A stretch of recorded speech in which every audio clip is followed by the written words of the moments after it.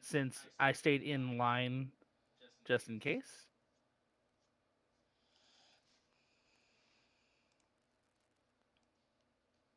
Huh, colliding with a wall. Ah. Right. So the stony area surrounding is there's a narrow channel which you walk through, which opens up into this tall arched column.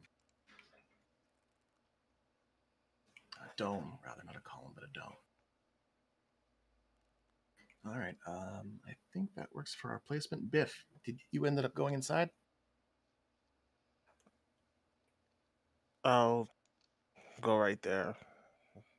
All right. So Biff, you stalk forward, leaving Bulga behind.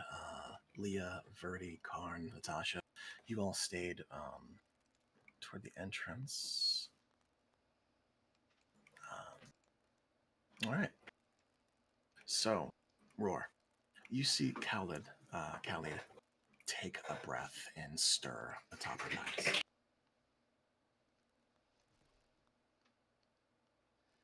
Um, Instead of just reaching out, I actually look over at Adanu and I take a knee, and then I'll you lead. The last time I was too close to, well, you rising, um, it didn't go well. Okay. So we're all right, cool. So you look up to Adanu and you you defer to him and he nods in your direction.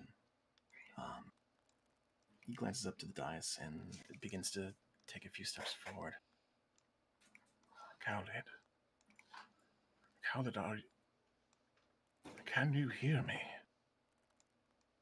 He takes another step forward and approaches the corpse as its shoulders lift and its chest swells and the breath rattles out of its mouth. Um, Her head tilts to the side, and you see the faintest of shifts in her leathery, ancient eyelids.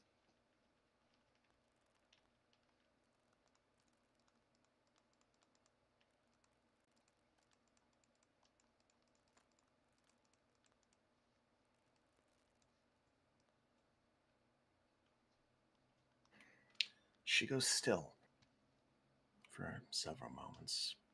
30 seconds, 40 seconds pass.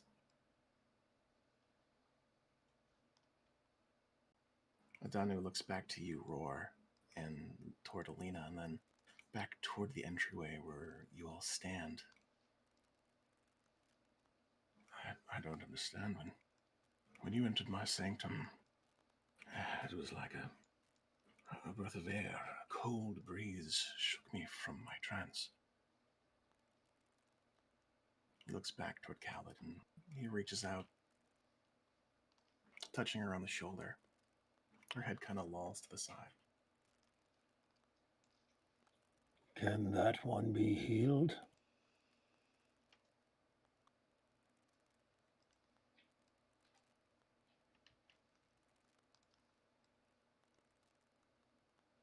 Roar, you approach. I make a little scoot forward, but I still stay low, and I'll say just gently, would it help if I gave her power like we gave you power? Adanu looks back toward you and back to Khalid. He looks uncertain. His brows are furrowed, despite the mask on his face, the blindfold on his face. You can still see that he's contemplating and thinking, and he inclines his head toward you. Perhaps, if anything can help her, we must try.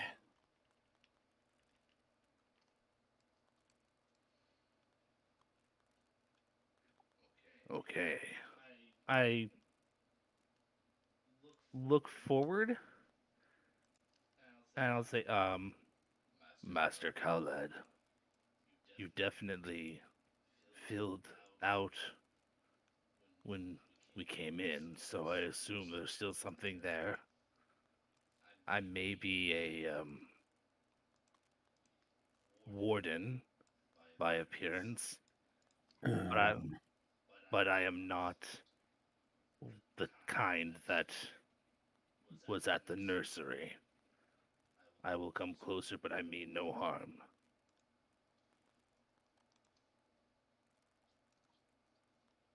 All right, we take a step forward.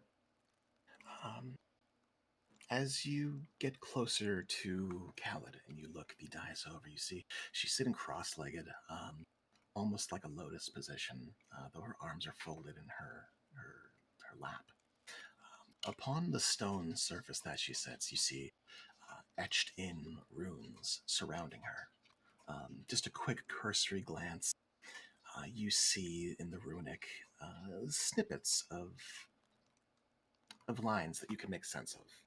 It appears that the place where she sits is a form of focus, as though this structure is made to amplify some measure of her mentality, um, as though casting from this point would have some power, or maintaining concentration may have some kind of power here.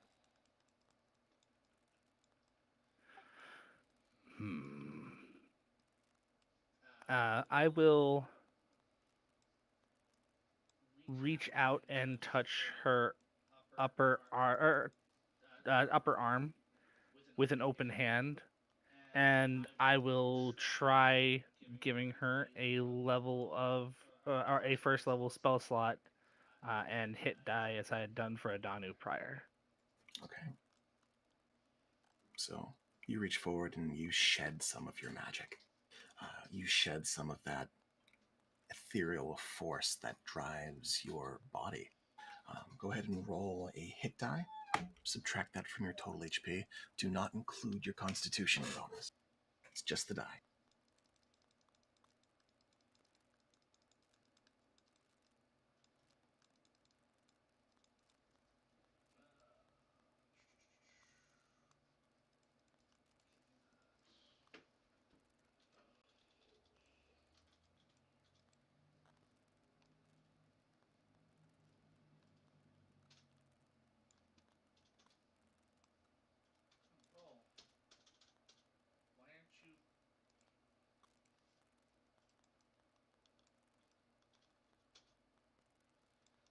And let Okay, me know. let me roll uh, from the freaking thing.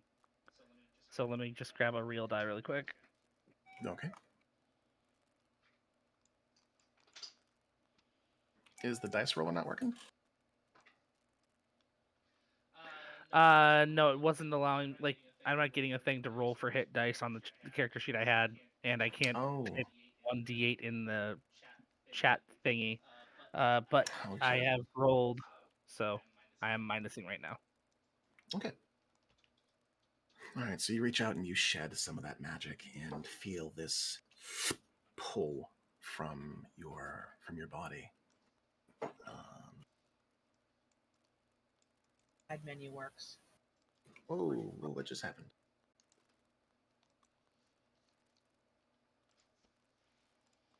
I was testing to see if the side menu worked for rolling, and it does. It was holding on to my character. I gotta put him back on. There you go. Thank you. I got him back out. So you feel this tug and this pull as part of you grows weaker. You see along the corpse's form these long, aged tattoos flare up with a green light that runs along her body like a circuit. Her eyes, heavy and withered and leathery, begin to twitch and flutter as pinpricks of light appear beneath the creases.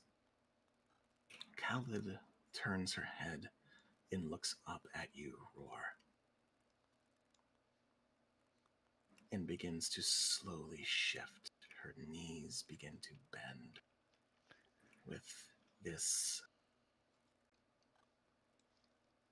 almost marionette-like movement, graceful and uncanny.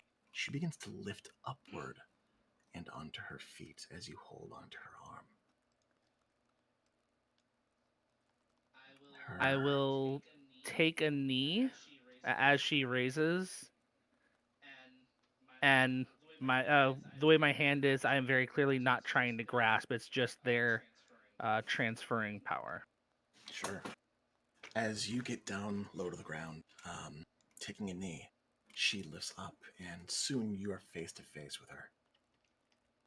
Her lips, leathery, peeled back over her teeth, begin to twitch as the teeth part, and you hear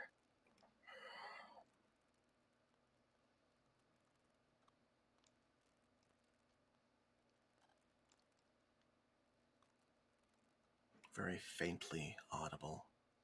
She utters something.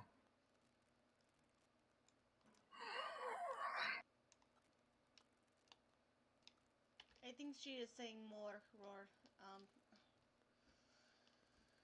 I cannot believe I am doing this. Roar, as it dawns upon you and as Alina speaks up, the corpse's mouth opens. More! Oh. As she lashes out at you with one hand. You are on a knee, correct? Yep, I You are am on a prone. knee. Okay. I guess that is technically prone. Can I grapple this bitch? Does a 30 hit your AC? Yes, a 30 definitely hits. Okay, give me 1 moment. Alina, you see the tide has fucking shifted. This corpse is now moving with purpose and is reaching out to grasp and grapple Roar. Yeah, and Alina's first instinct is football tackle. Football tackle, sure. Her first instinct is basically protect the quarterback, so she's... Yeah, football tackle. All right. So, Roar. 1 moment.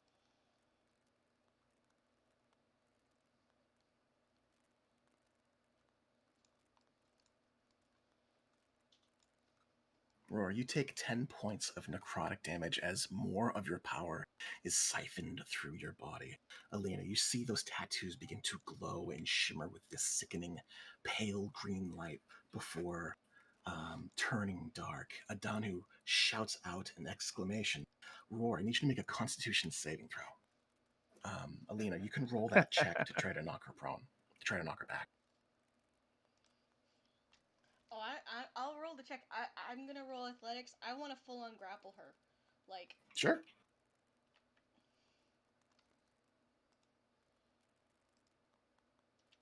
Athletics of 21, okay. 23 control. So, Roar, you feel your joints lock up. Your darkwood fibers seize for a moment, and you realize that you're slowly growing paralyzed. Something inside of you shifts and turns, and your just internal solidarity, you're built tough, pushes the paralyzing touch aside. You stagger a little bit. Alina, you rush forward. Football tackle, was it? Yes, full on football tackle. Full on football tackle. You duck a shoulder low and spear the corpse in the chest and wrap your arms around her. You can move up to half of your speed with her. Yeah, I'm dragging her off of that dais. Off the dais. We can go, I mean, really 5 feet in any direction. You're not pushing a button, so they're gonna... 5 feet in any direction, really. But I don't want to hurt her, but also, she needs to stop fucking around. She just stop fucking around. So, Alright, you can ask politely, but you should stop fucking around and taking things by force, okay? We're going to have nice manners, little undead creature. Alright, so move yourself to where you would like to stand. As you tackle her, I'm assuming you're pushing her forward or trying to wrench her away. Wrench her away. I'm gonna try and drag her basically like that direction.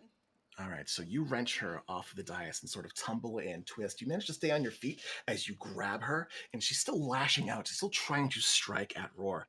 Roar, you see those pinpricks of light in her eyes are this fluorescent, burning orange flames.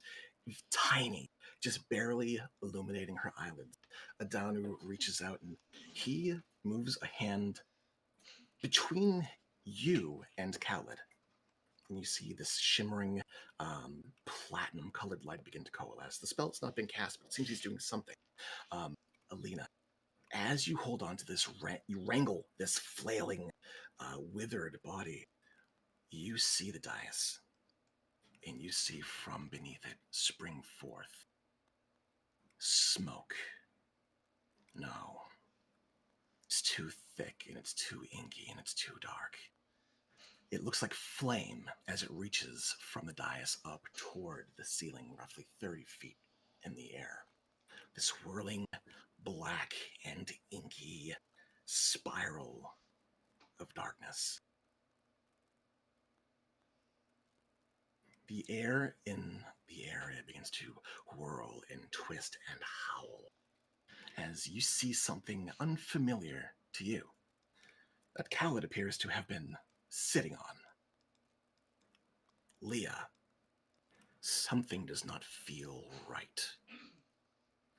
There is a familiar sensation as Khaled is removed, and this column of darkness rises up.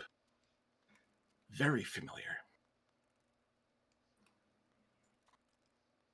You intrinsically understand, due to your background, this is a planar fissure, not unlike the kind that Biff deals with. It is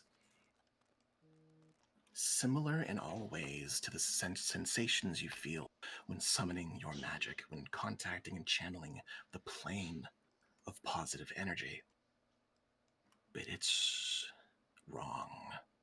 It's reversed. It's sucking, siphoning. And you recognize that that connects to the plane of negative energy. A lot of things start to suddenly make sense. Need everyone to roll for initiative. I will make a statement of that nature.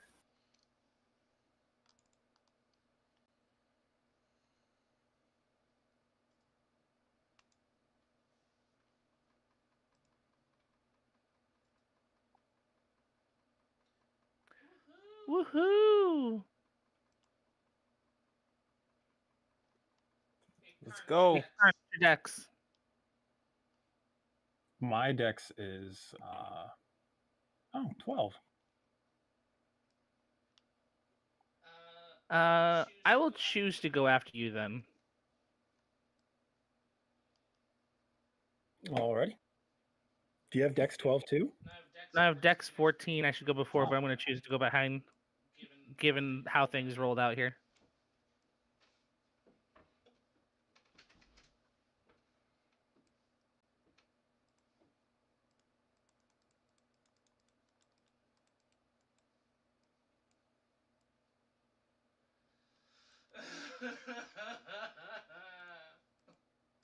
As we enter combat, Biff, you see many terrible things unfold all at once.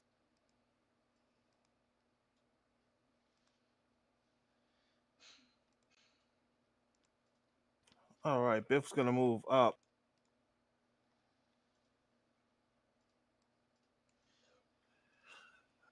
Is she friend or foe? As he runs up, and skids to a stop next to Alina.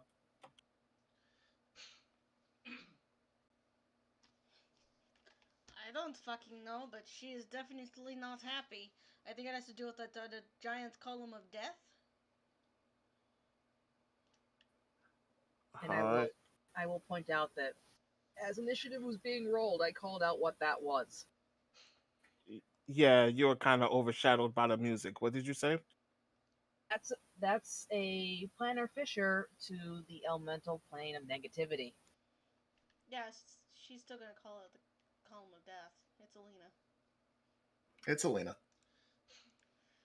She's not technically wrong, but like I like to think of this as like an ongoing back and forth between them as everything is happening. It's not technically death. Theoretically speaking, it's more like unlife. All right. Instead, he's gonna stop there. Then, Biff can perhaps close this, but we'll need time. Or you can grab the old lady and I can close it. Biff has already done this before. You take the old lady. And with that, what does it take? Biff will center himself and prepare to do what he did before, to close the planar fissure. Biff gets too into that, we will call out that this portal is literally the other side of what I do. I'm probably going to need to at least be there. Biff's gonna fling his hands up because 6 seconds. Then Biff will wait until everyone is ready. Dodge action. Dodge action. Okay. That's Biff's turn. Yep. Bulgup. Bulgup watches things unfold. He's going to hold on to.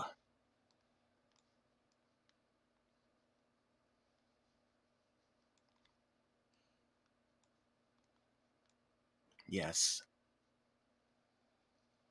He calls out after Alina. Paladin, shall I put her on timeout? Most definitely. He reaches forward and concentrates, focusing on her, and scoots closer to get within range. You see the air begin to shimmer and pop and ripple around Khaled's form. Her form begins to blur, and she begins to thrash and cry out as Bulgup attempts to banish her.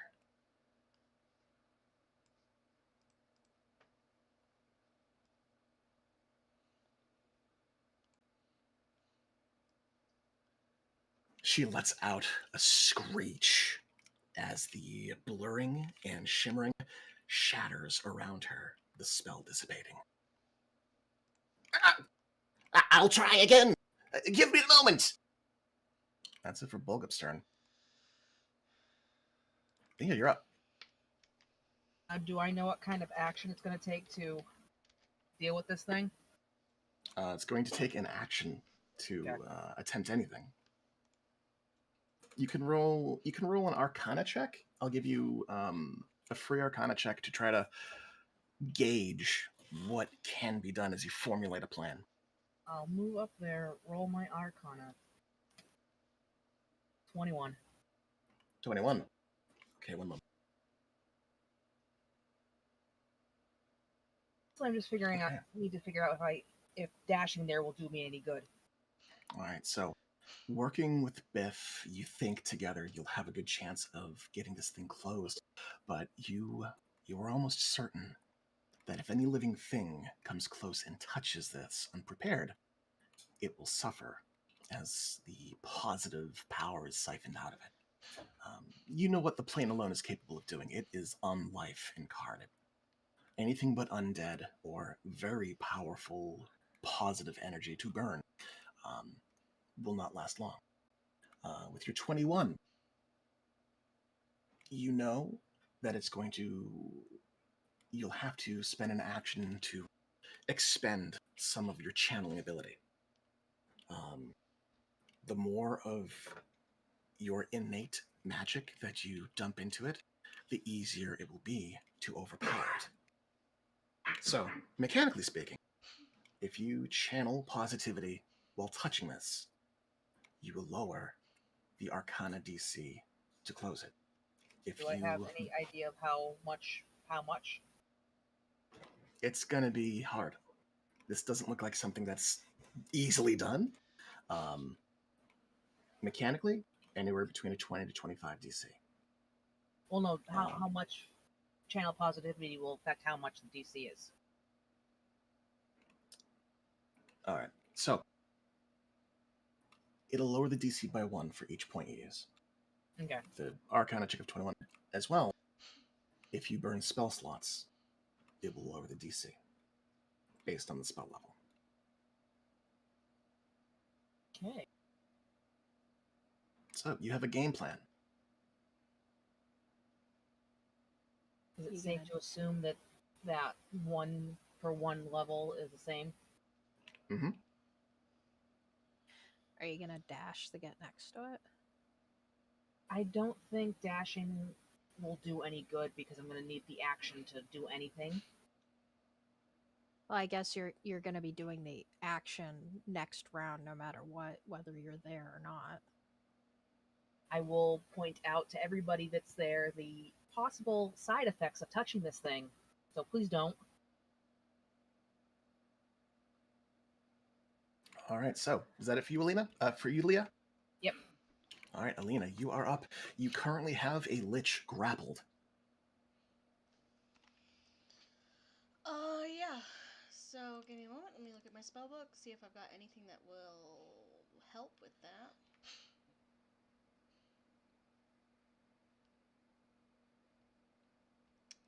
Can I throw a second level spell slot of divine energy towards the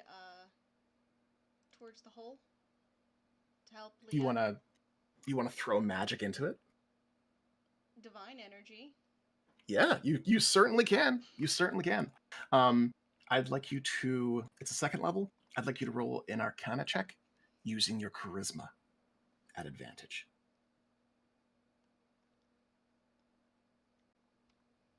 I feel like I'm gonna make everything worse, but it's Alina, so who cares?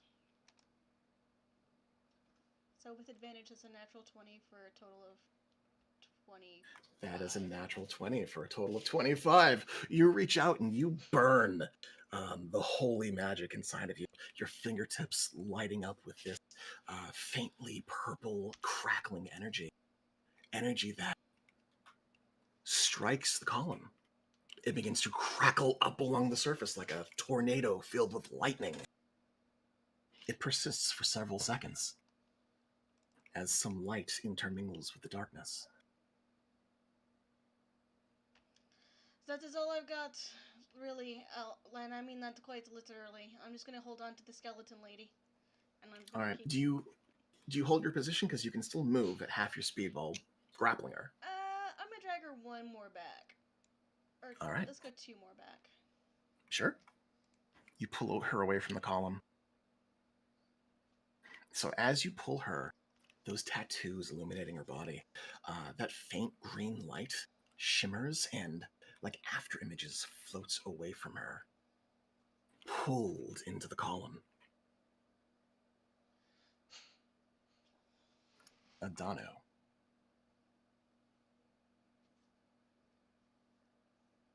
Adano looks about and sees what's happening. He looks uncertain. One moment.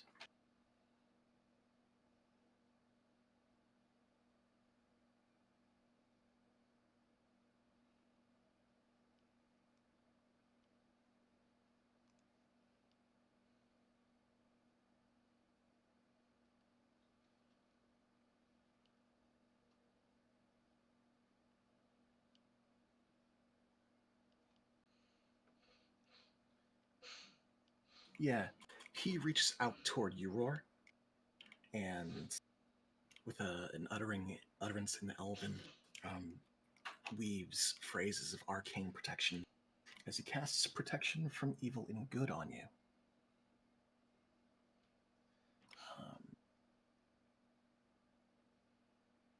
Protection from evil and good, undead.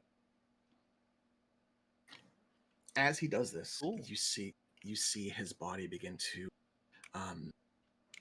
blur and shimmer as part of the magic is split and is woven into this protective barrier that forms around his body, a ward of sorts.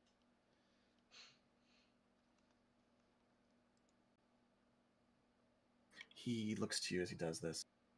I will protect you as best I can. I cannot bear to harm her. Do what you must. It's going to be the end of his turn. Khalid, for her part.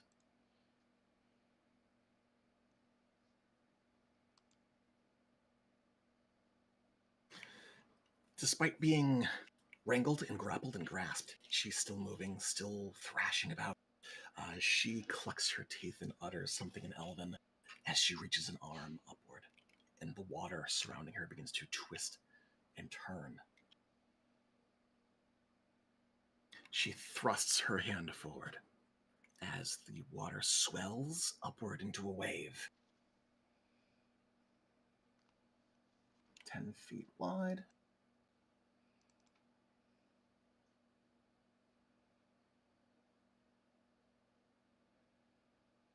Yep. This wave crashes forward toward Biff, Roar, and Adanu. I need everyone to make. Let's see. What are the components for that spell? Verbal, somatic, and material. So she'd A have drop to of move water. her arms? She would have to move her arms. How grappled is grapple? That's the question, isn't it? Well, there's nothing saying you can't cast magic while you're grappled. Okay. Restrained is a different story.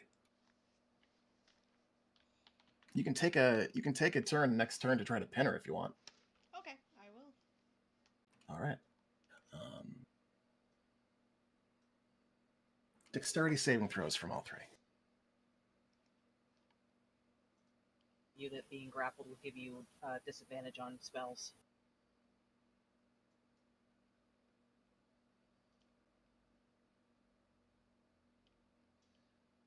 Yeah, there's.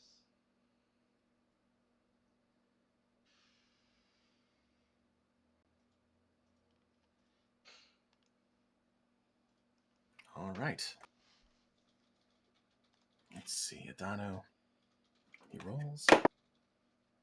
He's abjuration, so he takes advantage on this. And Okay. would Biff get anything for being in dodge? Yes, you have advantage because you're dodging. Okay. Okay. All right. So, Biff. Let's see. Biff, you succeed because you have evasion. You take no damage. Adanu succeeds. He takes half damage. He is going to use the shield ability and interpose himself between the wave and Roar. Roar. Adanu's body comes rocking back against you as you see the ward shimmer and crack in places. However, none of you are knocked prone, and none of you take full damage.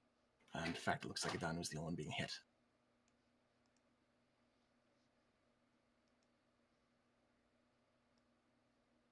Karn, you are up. Okay.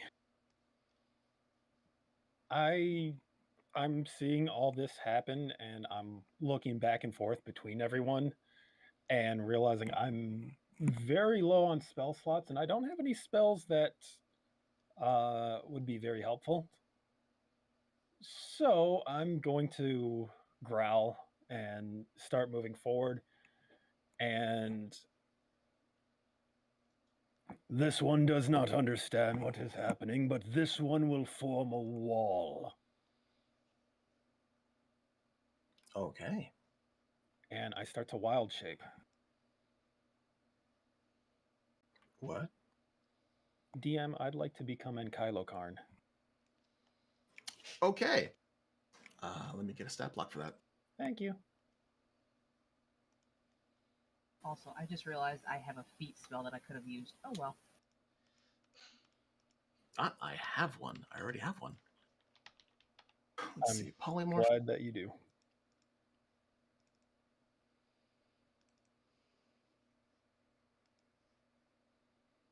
All right. Karn, you're an Ankylosaurus. Thank you. And I'm going to trundle over here as I shift and twist and expand rapidly into a very heavily armored beast of burden. And I'm going to choose for my element.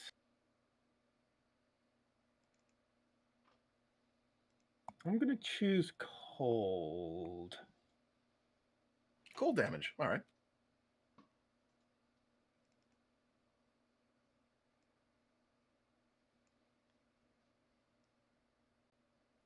Yeah. Yeah, let's do cold damage. All right.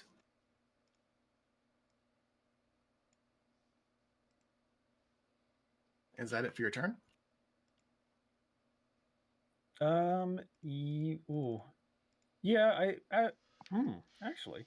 Let me double check. I can never remember if my wild shape is bonus action or full action. Because it's action because you're not Circle of the Moon. Thank you. That's Cool. my action. All right. So at the end of your turn, Khaled takes a legendary action. She's going to burn 2 uses of her legendary actions and attempt to, while grappled, reach out and clasp Lena by the face. It's okay, my face is already pretty fucked up. You can only Plus help 12 at this to point. hit.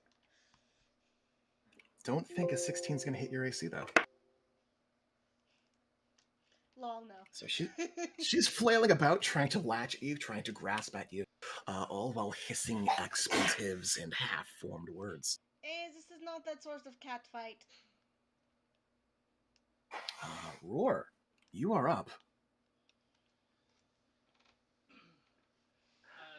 So did Khaled actually successfully break the grapple? She has not broken the grapple. She's still grappled by Elena. Oh. Yep, Roar's gonna do a stupid. That's what we hope he does.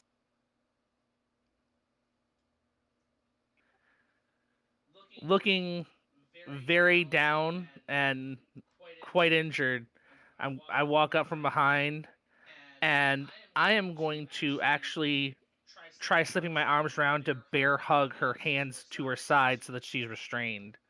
Okay, a dual Do I get restraint. You're do I gonna get have to roll advantage. advantage? Okay. An athletics check at advantage. Well, that's gonna be great because this is a flat roll.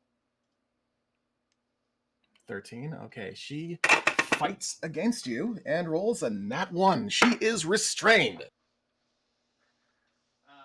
Then I'll just say, I'm very badly injured. Let's try closing this thing as fast as possible. And that's my turn. At the end of your turn, she. Let's see. No, somatic. Damn! Wait, no!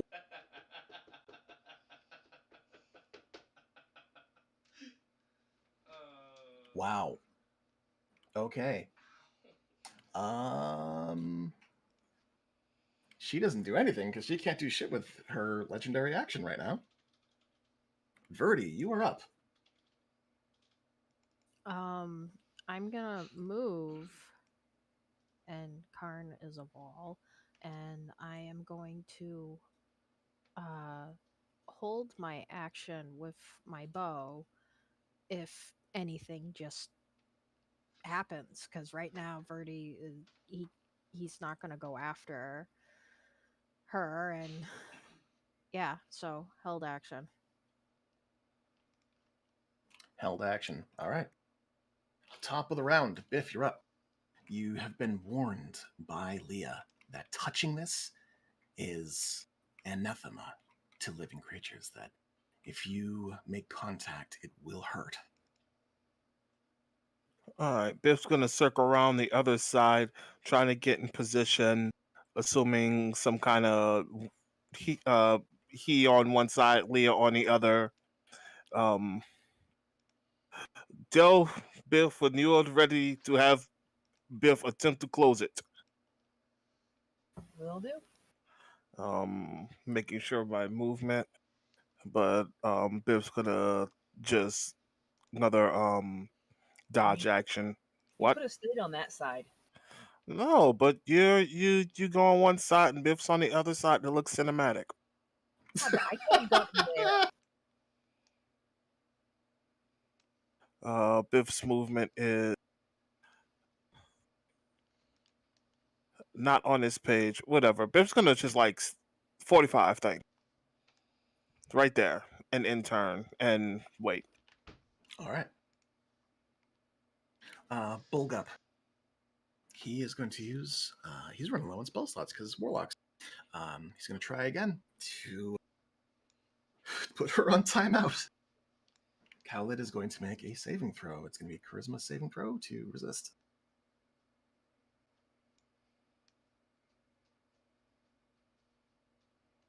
While restraining Khalid, she abruptly blurs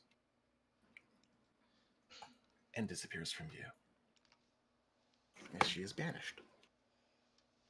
Oh, good. I like timeouts. I'm going to have to learn that one. Panting, Bulgup sort of holds his hands in the position, wincing and shaking slightly. Adanu looks around wide-eyed. Leah, you're up. Yeah. Move up. Does that count as next to it, or One square forward. okay? Just checking. You approach this swirling column of negative energy, purple, crackling lights interweaving into the column of darkness. You can feel, even from this distance, the life force, the vitality in your body, your youth being tugged by it. Okay, quick question. Can I feed it multiple spell slots or just one? You can feed multiple. Okay. I'll say you can feed up to 3 spell slots.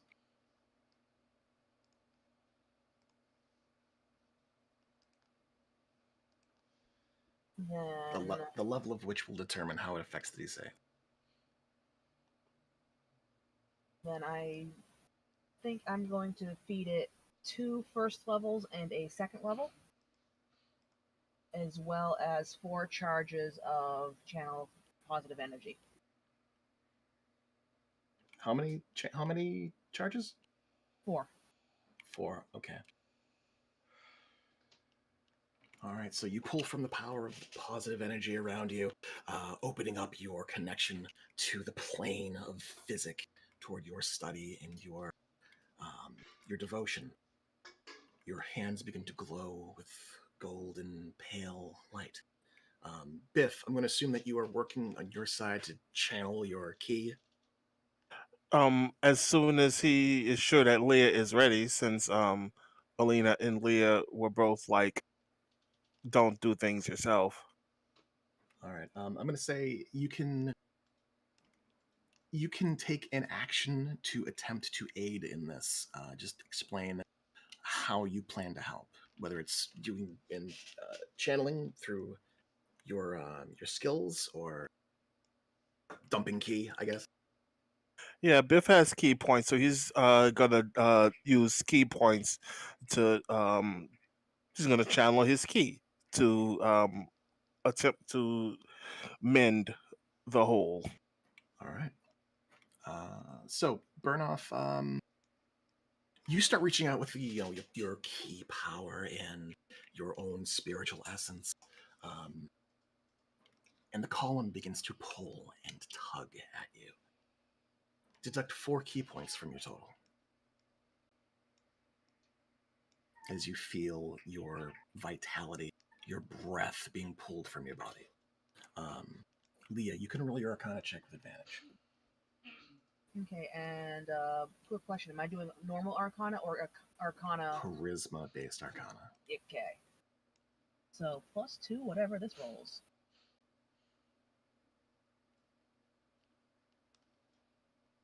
At advantage? Okay. 17. 19, because... 19. Just charisma. All right. You reach forward and you fucking plow your hands into it.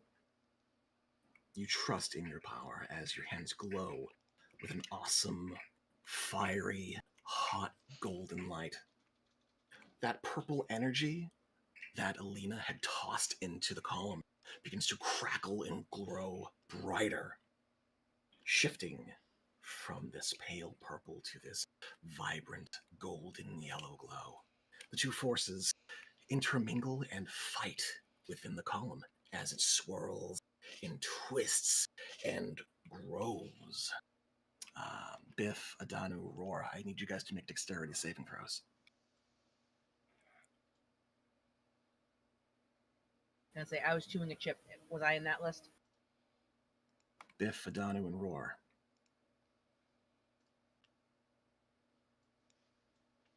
13.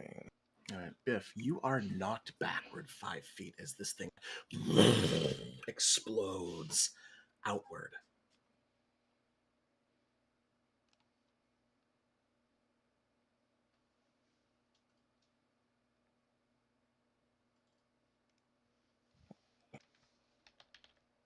It's not my turn, so it won't let me move, but I'll make sure to move myself. You were just kind of pushed back and knocked back as an explosion of energy ripples throughout the area.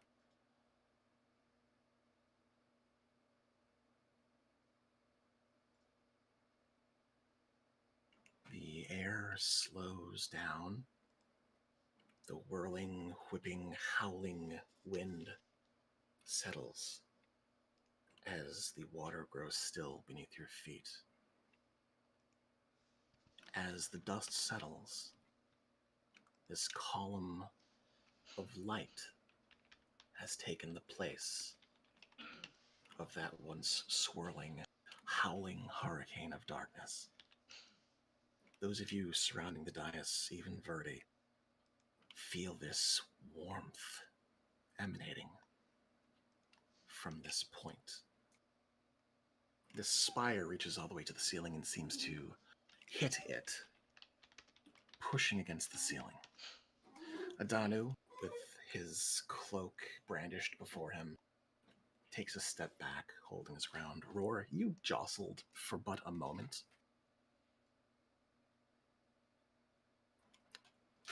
But for the moment, everything is still. As you all take measure of the area around you, you take inventory. Verdi, you get a head count first thing. And find that you are missing a few people. Khaled, still banished, is not present, but neither is Leah.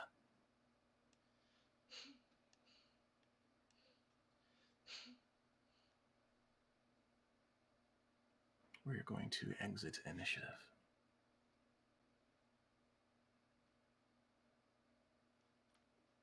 All right, I'm going to quickly down a potion of healing that I forgot that I had possession of. Oh, dude, you could quaff that as a bonus action. Yeah. Don't feel bad. I fine. forgot that I had Misty Step per feet, and that's a bonus action to teleport 30 feet. Oh, man.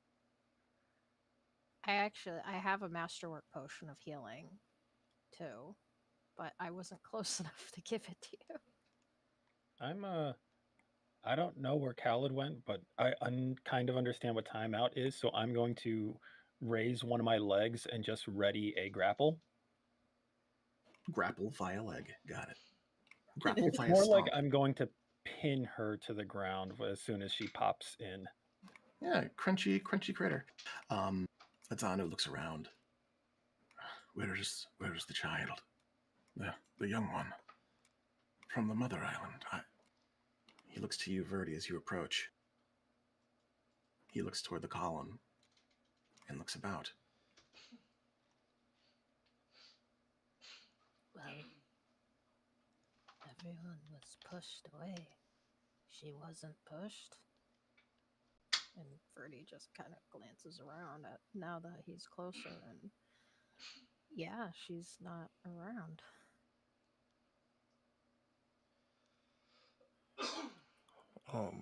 Biff stepped forward once everything, changed. And as Adanu mentions the lack of Leah, he's got his hand up to the pillar of light, like feeling its energy. Not Feeling, do you reach toward it, or are you just kind of like hovering your hand around it? he's reaching toward it, but not like sticking his hand in it yet. It feels warm to the touch. You sense, without even meditating, just this intense spiritual pressure from it. As though this column were a living thing, though you know that not to be the case. This appears to be some kind of font of positive energy, perhaps even spiritual energy. Alina, your ability allows you to sense allies when they are nearby, correct?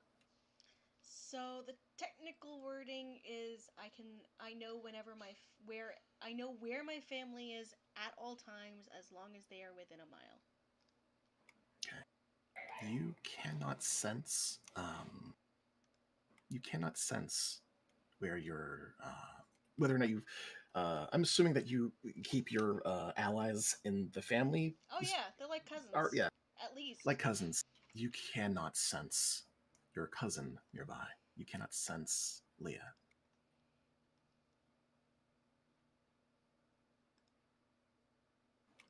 As for Leah,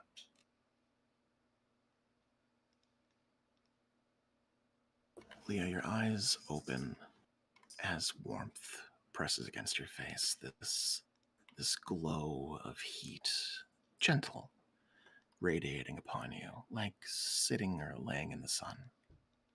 As your eyes open, you have to wince and hold back as the sheer brilliance threatens to take your sight from you. You squint and you adjust and you look out. You find that you are weightless.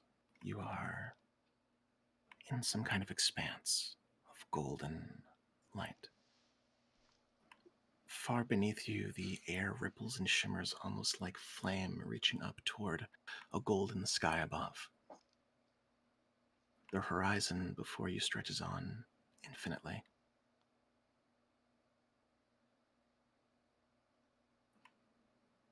Those wounds that you had accumulated during your trials down here, though few they were, you feel a pleasant sensation as they begin to heal. The warmth grows. Give me a perception check. Oops. Oops. Unless I can use the one in the pool. Yeah. Go for it.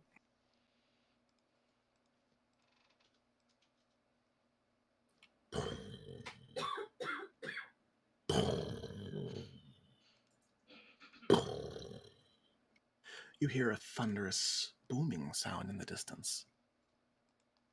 That warmth upon your face grows and your limbs begin to tingle. Give me just a quick Arcana check. At advantage. As you recognize where you are. This is the plane of positive energy. Like, the plane. It's a vast, golden, glowing nothingness. Full letters and everything. That warmth upon your face begins to burn. It hurts as the harshness of overexposed sunlight beats down upon you. You feel your knuckles and your fingertips begin to ache. Looking upon yourself, you see your skin is glowing. Beneath the skin, pulses of light building and ebbing, leaving pain in its wake. As you spend more time in this plane, I need you to roll 2 of your hit die.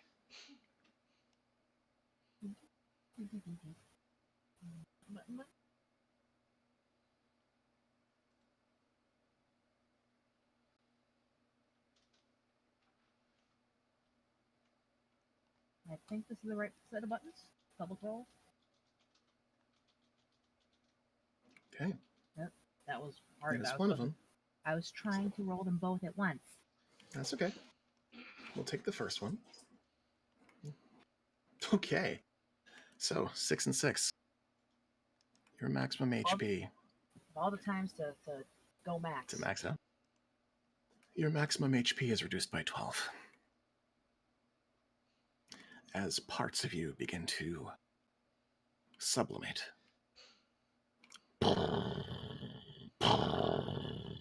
Like, Something I should be leaving here because In the distance, you see a vague shape begin to manifest in the light as though emerging from fog. As this is going on, those of you still within the temple proper, what's everyone doing? Biff still has his hand hovering. That Lee is not here is actually disturbing. Could she have been pulled through? Adano looks in your direction and his face contorts in horror. Oh, by the gods. The outer planes, they are not places fit for mortal men. Not without protection, not without wards. Oh, Biff cannot even begin to close this if Leah is somehow on the other side. Then you'll I don't know how planes work. Can we tie a rope to my waist and I run in and go get her and come back? You may certainly try. Try anything. Time is of the essence. Who has rope? I'll pull rope out of my bag. I'll just All sneak right. it around my waist. I'm a port kid. Your poor kid, you'd pull some rope out, tie it around your waist. As am one-edged. Alina does that, I'm going to change sides and turn so I'm still like facing where Cowlin, whatever her name was, Cowlid. Khalid disappeared with 1 foot raised, but I'm going to wag my heavy tail towards Alina. I'll hand the rope off to Biff. Alright, attach that to whatever you want. I'm going to go through the hole. I Alright. wag my tail again. Verdi's gonna run over and tie it to the end of the tail because Yeah, Alina's not waiting. She's just gonna go in. She assumes that the side of the rope will be held. Okay. So you all spend an action to affix the rope as Alina, you prepare to dive in. Pulling back away from party on the corporeal plane, Leah, you find yourself in a bit of a pickle. Here you are, amidst the culmination of your work, what any physician would dream of. Seeing it for the first time, feeling it. What's going on in your head right now? this is the ultimate expression of dilution equals medicine. So you're just taking this all in with like a scientific mind? Pretty much I know it's one thing to read that pure planar energy will kill you regardless of what it is, versus I'm stuck here in it. Fuck. So, ever the student of medicine, ever the student of arcana, you reflect upon your situation. I need you to roll 2 of your hit die.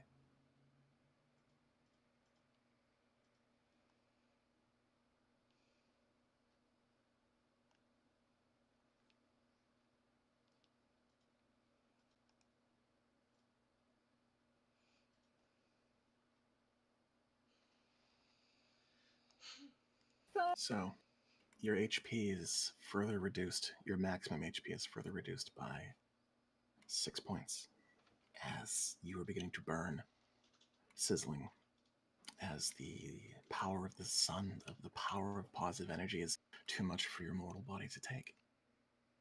As you reflect upon what is possibly the worst and most ironic situation to be in, that form in the light begins to coalesce and resolve into a towering shape.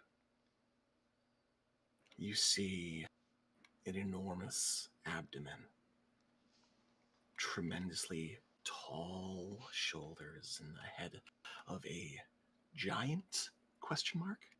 You know of cloud giants and storm giants, these tremendously, incredibly large creatures, humanoid in shape. As this thing gets closer, you tilt your head up and realize this is bigger. What appears to be a man with bronzed golden skin, decorated in fronds of palm and feathers of rock and scales of what could only be dragon scale, perhaps, looks down upon you from the sky and slowly lowers himself, looming in, planting both hands before you, beside you. Use your magic, child. Take that power. Create. Cast.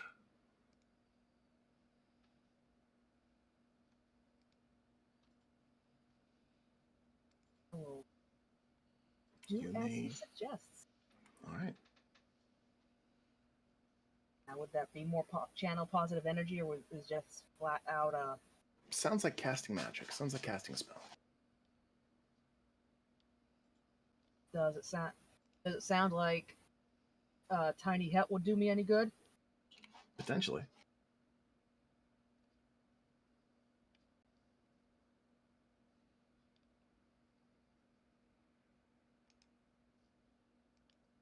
You won't do anything.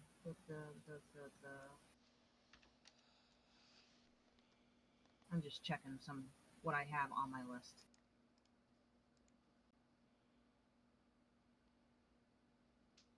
Can you banish yourself? I don't have that. Misty step back out. I don't know if that would work. I don't have a map. The map is in your heart. Just misty step yourself closer to the exit. DM, will that work? You've got no idea. Can I make an Arcana check to see if that'll work? You certainly can. Well, 17? This is planar magic you're working with. You don't think Misty Step will help you here. Tiny Head, on the other hand, possibly. then I'm going to pop Tiny Hut, not via ritual. Cool, I don't think you have 10 minutes. So as you summon the magic and form this, it's an opaque dome, correct? 10-foot radius mobile dome of 4 springs into existence around and above you and remains stationary for the duration. Spell leaves if you leave. The spell ends if you leave its area. Okay. You cast this hut around yourself, and this dome explodes into form around you. This 20-foot sphere surrounding your body of energy, pale and golden. Opaque to the outside. It's pale golden light from where you see, like looking through sunglasses almost. You see the figure still staring at you. Eyes locked on yours, despite being behind an opaque wall. The air is cool to the touch. You feel a moment's reprieve as you catch your breath, and for this first time actually draw breath and not energy into your lungs. The pain begins to set in as you take count of yourself, look yourself over. The creature, this massive humanoid, nods slowly at you. Good. He lifts a hand slowly. Back in the temple, Alina, your friends are holding onto rope all around you as you look at this column of light. Before you dive in, does anyone else have an action they would like to take? Someone attach more rope to the other end. I'm probably going to need more than 50 feet. Whatever rope Biff has is attached. I'm sure it's Yeah, not a lot. I'm sure Verdi has rope. Yeah, I know Biff has been using rope left and right, so he probably doesn't have a lot left. But whatever he has is given. Yeah, Verdi has 50 feet of rope, so that'll be length. Okay, so you guys tie, 200 feet of rope roundabout? Yep. To the back of Lena. Alina's just gonna walk in because that's definitely a good idea. I have my button on the control button. I don't know why it's fucking transmitting.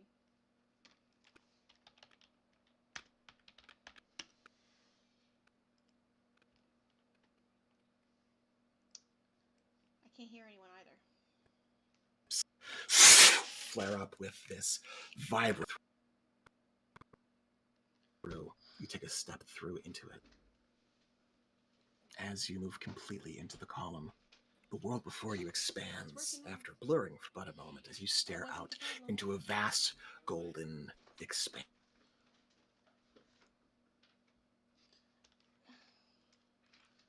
Fuck's sake.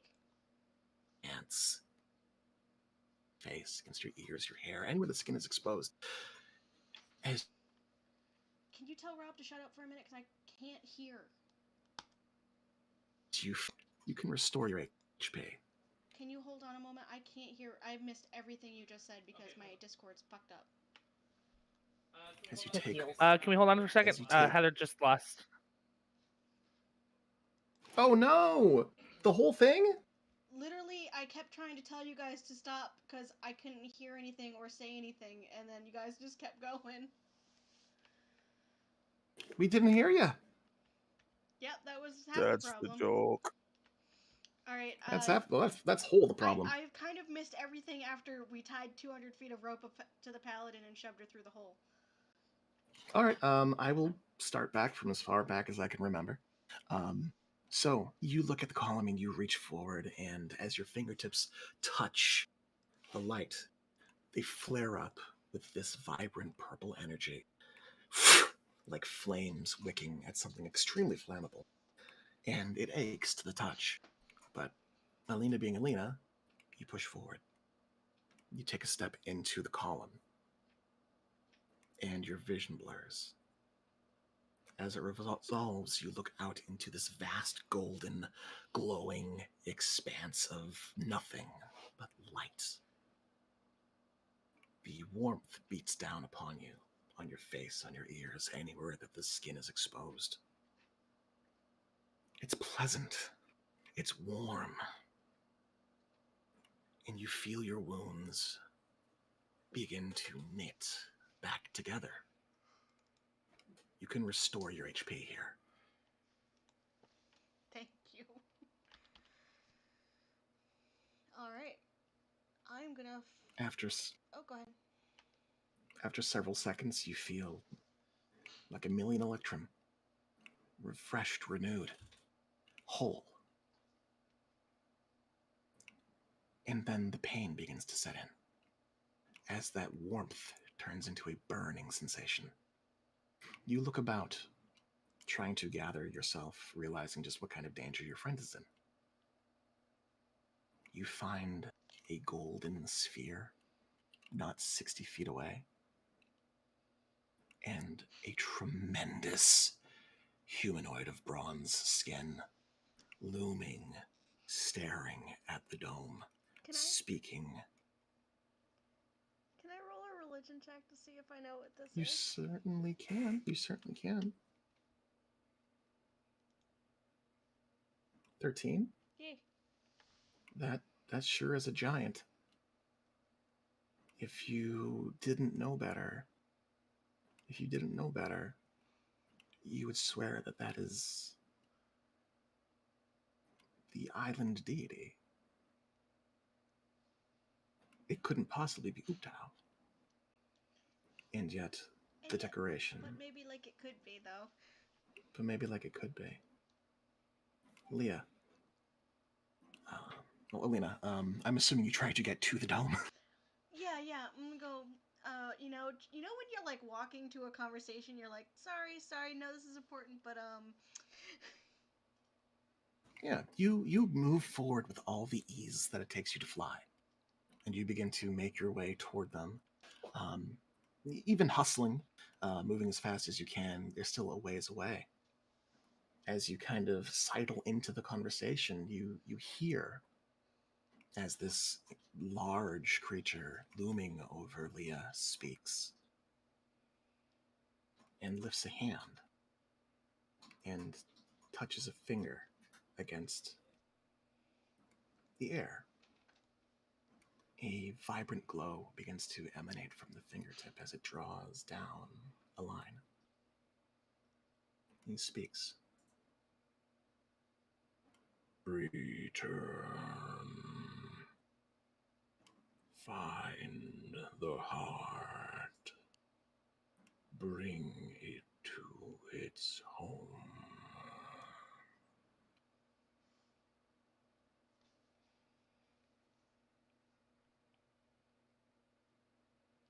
Leah, you are relatively safe within your dome. You hear some sound. You are made immediately aware of the clinketing and clanketing of Alina's armor. Now, does it look like what he dragged his finger down is now a portal back to the material plane? It certainly looks like a tear. Okay, I will see if I can't see the clinketing and the clanketing. You see Alina. You see Alina, who's kind of like drifting toward you, kind of like hovering toward you. There's no ground to speak of. You are floating in this plane of energy. But she is encroaching quick, and as you look at her, you see her face. The crisscrossing of scars is burning with this vibrant purple light. Her eyes are filled, pupils gone, suffused with this energy, the same energy you see when she smites.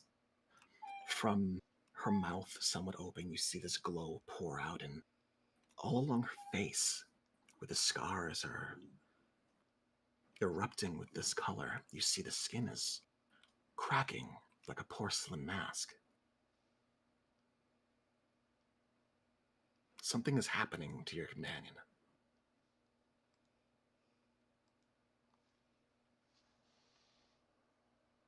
Makes sense a bit with the whole her being a paladin and this being a planner of plane of positivity.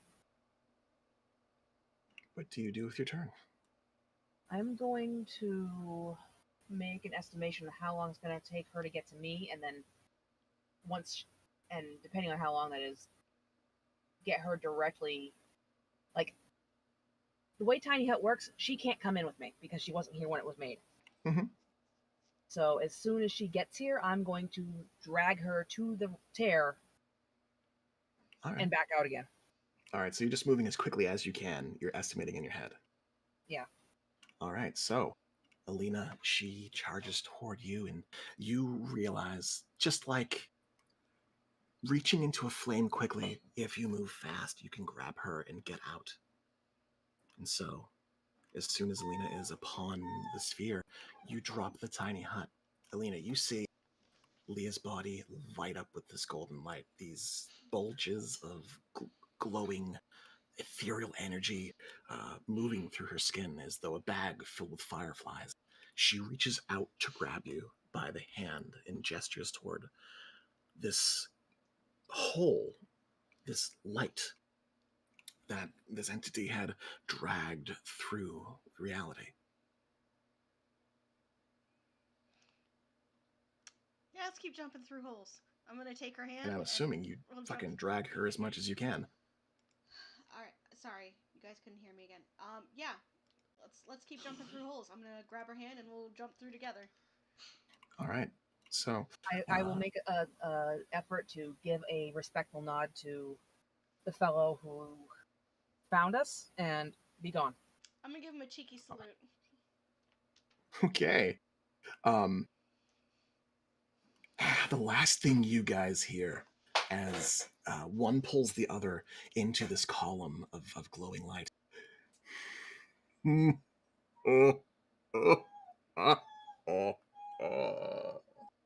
This boisterous, deep, jolly laugh.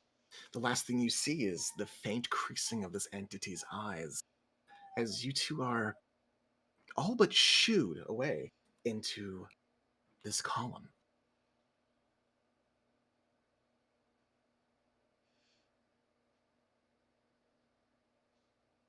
The rest of you within the chamber, the column of light flickers and flashes, and beside it, stepping through tumbling through a rift in the air itself. First Leah and then Alina, both kind of holding each other as they stumble and catch one another. Leah's body is smoking with faint wisps of steam. There's still a faint glow under her skin, and a very prominent illumination within her eyes.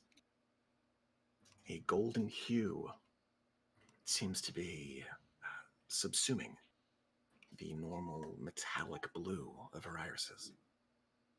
Alina, the cracks along your face still glow with this purple light, but over time, slowly, it begins to fade. Over time, as the moments pass, you are left no worse for wear.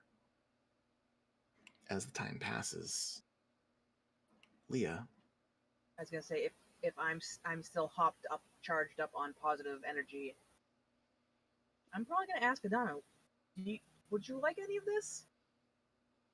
he kind of looks at you and looks at the pillar of light, and Fused right now. Would you like some? he nods. Oh, that may be for the best. Yes, yes. And he reaches out toward you. And Celis has raised his hand. So, how long has it been since our new undead friend disappeared into timeout? Almost a minute now. Just checking. Just checking. And before, like, we get into the whole, like, giving all the extra to Adano, I will mention. And do you suppose Khalid would want some too? Quite possible. One problem at a time. Yes? Not, in agreement.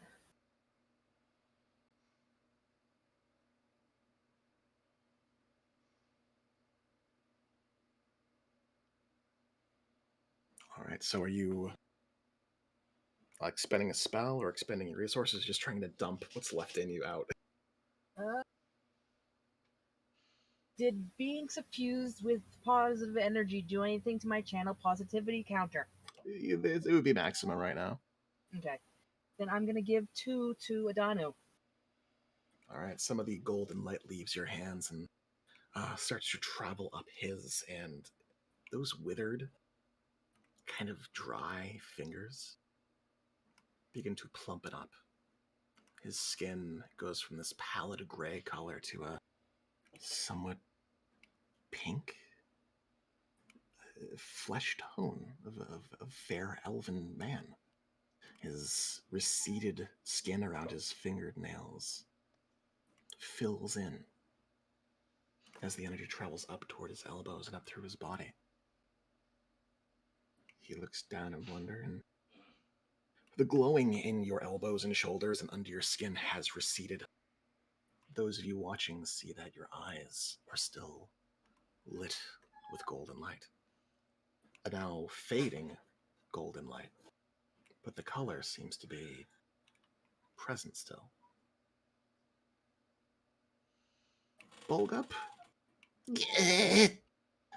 stammers out a warning.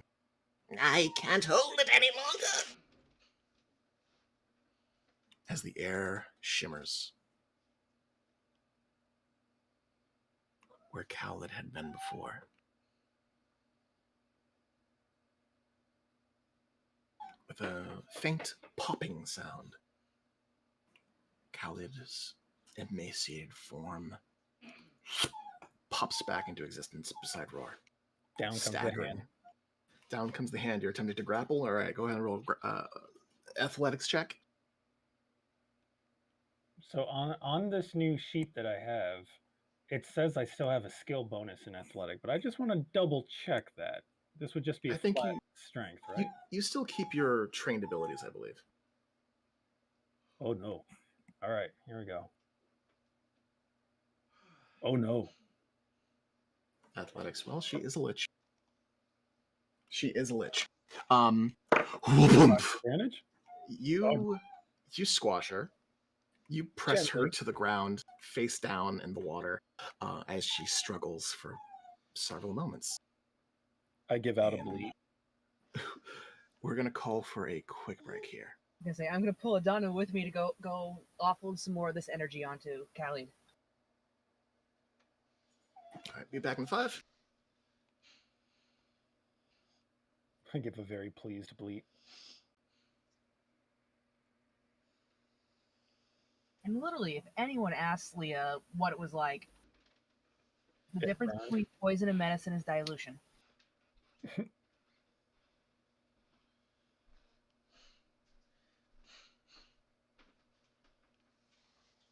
Elena gets to tell her mentor that she made literally Ukatoa laugh. So, not Ukatoa, whatever. A god. Hmm. Uktao. Oh, greater deity.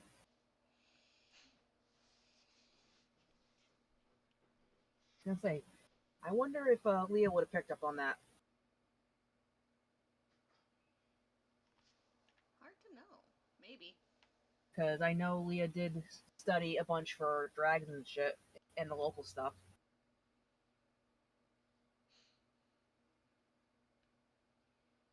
Or maybe Alina will say the name and it'll click and yeah, that tracks.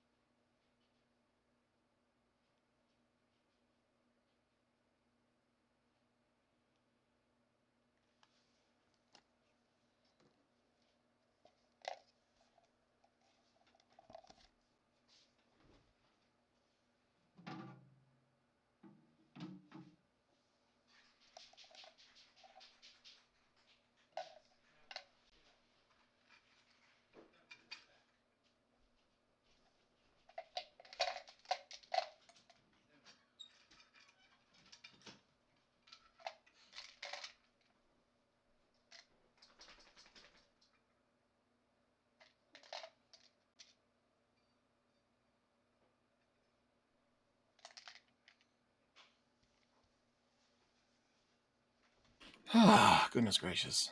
Welcome back. Thanks. Oliver is being a fart. A fussy old man. He's being a fussy old man. Are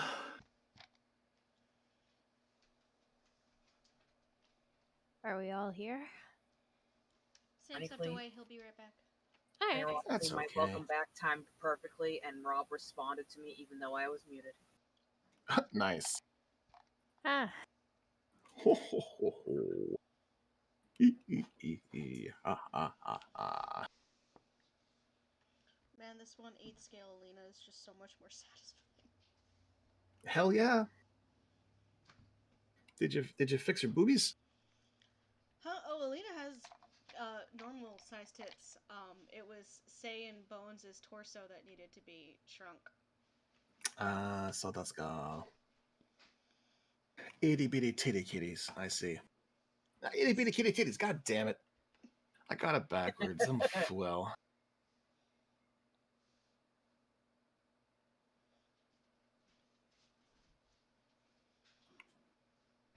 Rob, Yeah. since Leah did quite a bit of studying and looking around the local history, would it popped across her mind that, oh hey, this is who this is? You can roll Arcana, History, or Religion.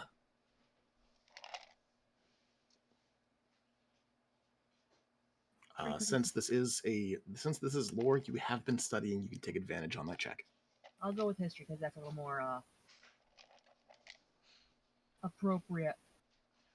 16. Much the same. You come to the similar conclusion, though you don't voice it just yet. Same conclusion that Alina had come to, that this may be Utao. It fits the description. That full head nod. It was a nice visit. It was nice to visit. Don't buy a timeshare here. Not You guys want without the property values getting driven man. down. need sunscreen. Yes, SPF 1000. I was going through my thing and like, oh hey, warding wind. What does that do? Oh, it's combat warding. Oh. That won't help. Death ward. Oh. What does that do? That won't help.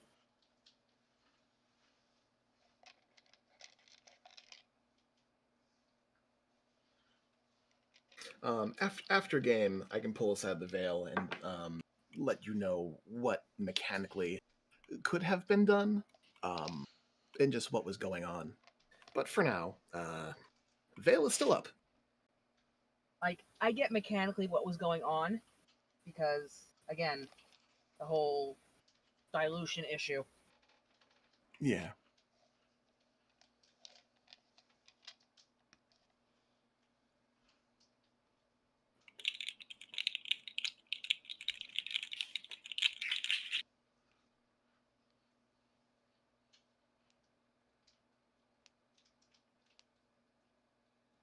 There are skeletons nearby.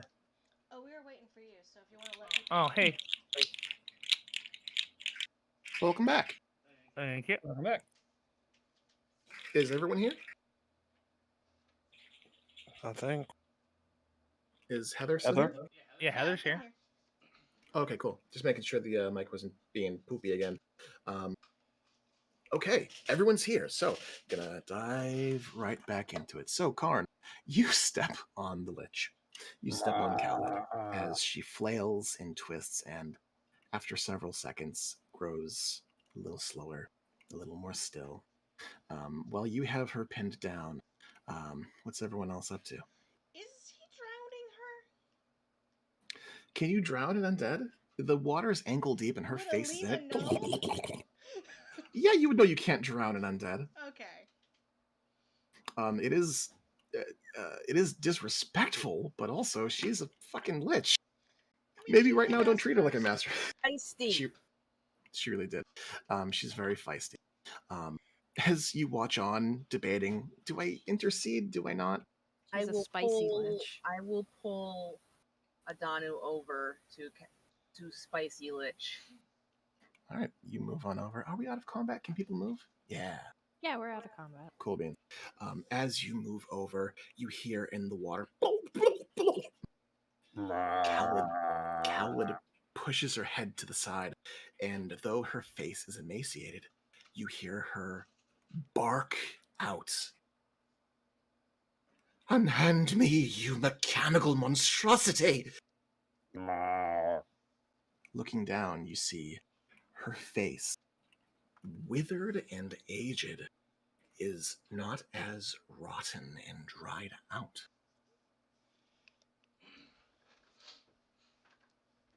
Well, I'm going to pump another 2-channel positivities into her.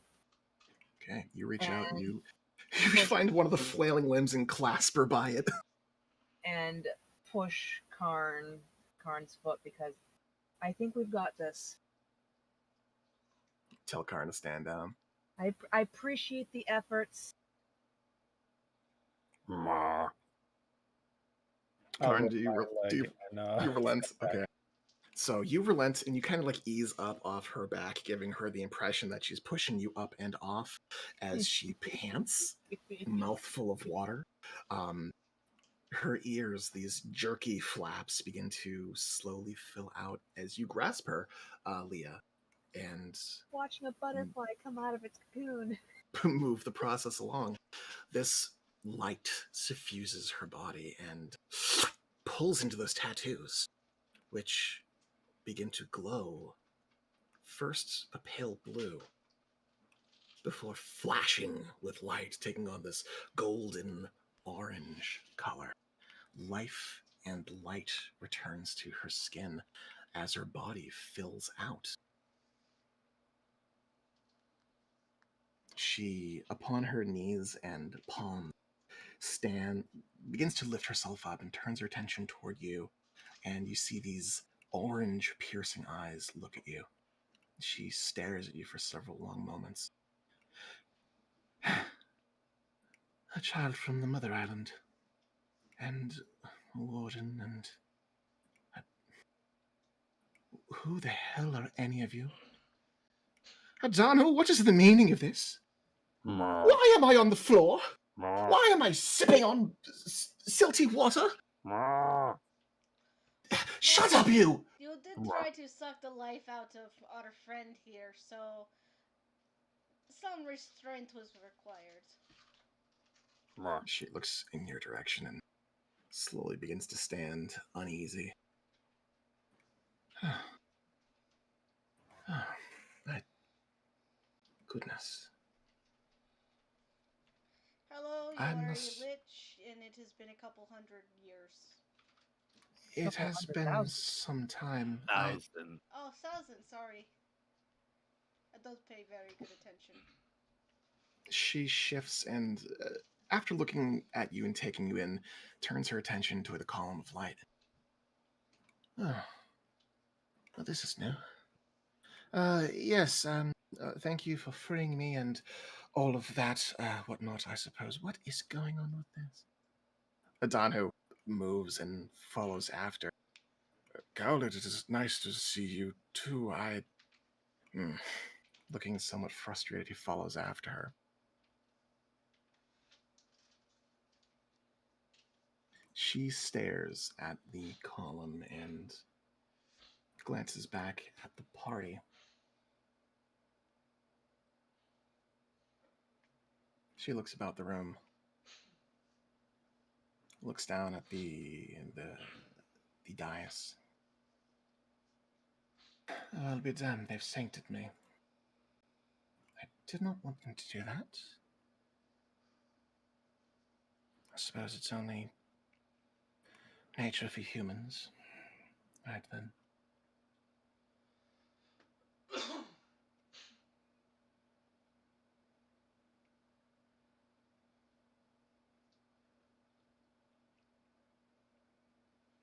You guys watch as she starts to get to work, looking at the runes upon the ground, upon the dais, inspecting them, looking them over. She reaches and touches one of them. and the runes, the letters begin to light up one by one in a circle, taking on that orange hue, the same as the one in her tattoos. The column of light begins to tighten and grow thinner, paler.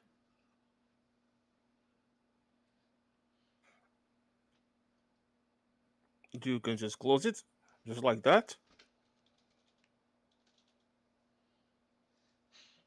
No, I'm afraid not. Some explanation is in order. How may I address all of... Then she rolls her hands at you all. Khaled, these are all... they're a group of adventurers. They call themselves Black Guards. Black Guards. An auspicious name. Well, Black Guards. You find yourself upon a crossroads within the ley lines. This is a point of... a nexus of sorts. Multiple forms of magic, multiple planes overlap here. It is where I decided to take my rest. However, when I rested, it was not so potent. No. Seems over time the natural ebb and flow of magic has intensified, grown volatile. I suppose due in part to the proliferation of dark magics, perhaps more influence from the plane of negativity. Poetic, actually, but the darker the shadow, the brighter the light source that casts it. I'm sorry, I'm getting ahead of myself. I was gonna say, does she not realize that? Nah, she probably doesn't realize that this was only a positive plane portal for like the past 2 minutes.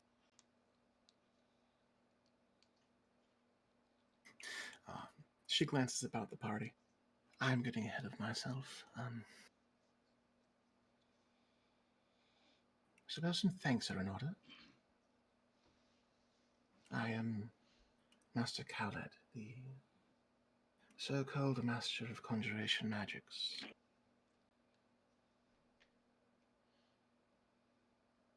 I suppose the fact that our adversaries had gotten the jump on me, I'm not much of a master of much. Tell me, what year is it?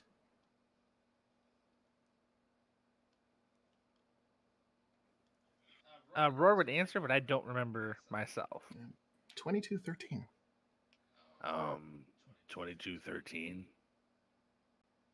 I My don't know if God, that that's means anything to you. Oh, no, it does mean something.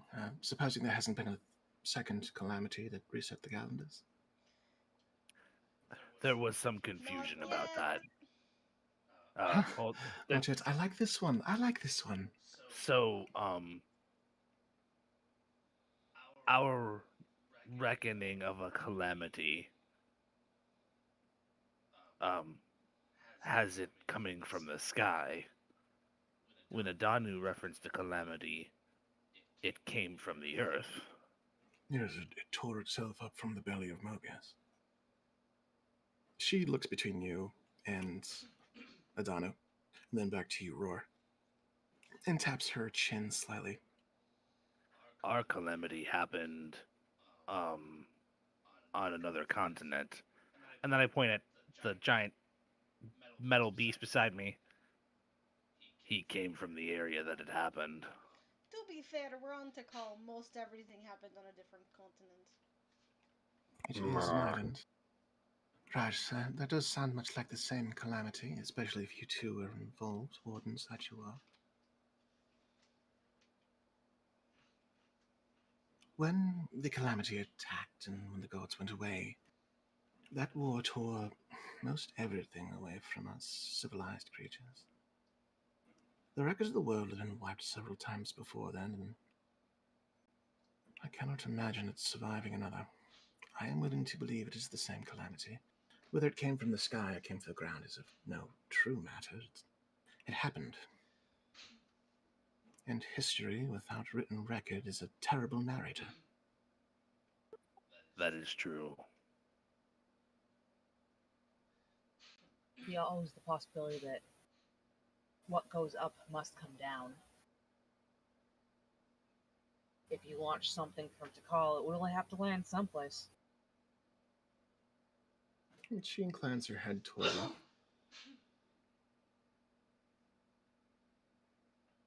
I see.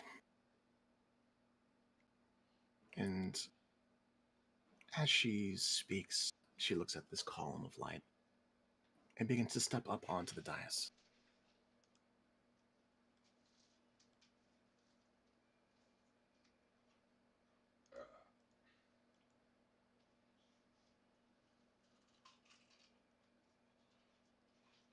So, Sits herself in the column. The light turns very faint, very transparent, but spreads out wider, filling the room with a pale glow.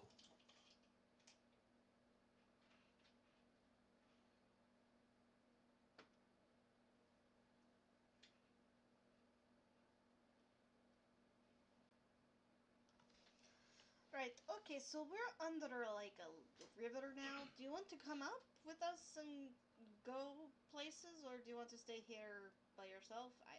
I mean, it's up to you. You're a grown ass person. She looks in your direction and frowns slightly, and Adanu nods in your direction, Elena. Yes, there's much island yet to explore. Much has changed. Where I had been transformed into a desert. Your temple has been swallowed by a river that had not been there prior. Not been there prior. I wonder. After we went our separate ways,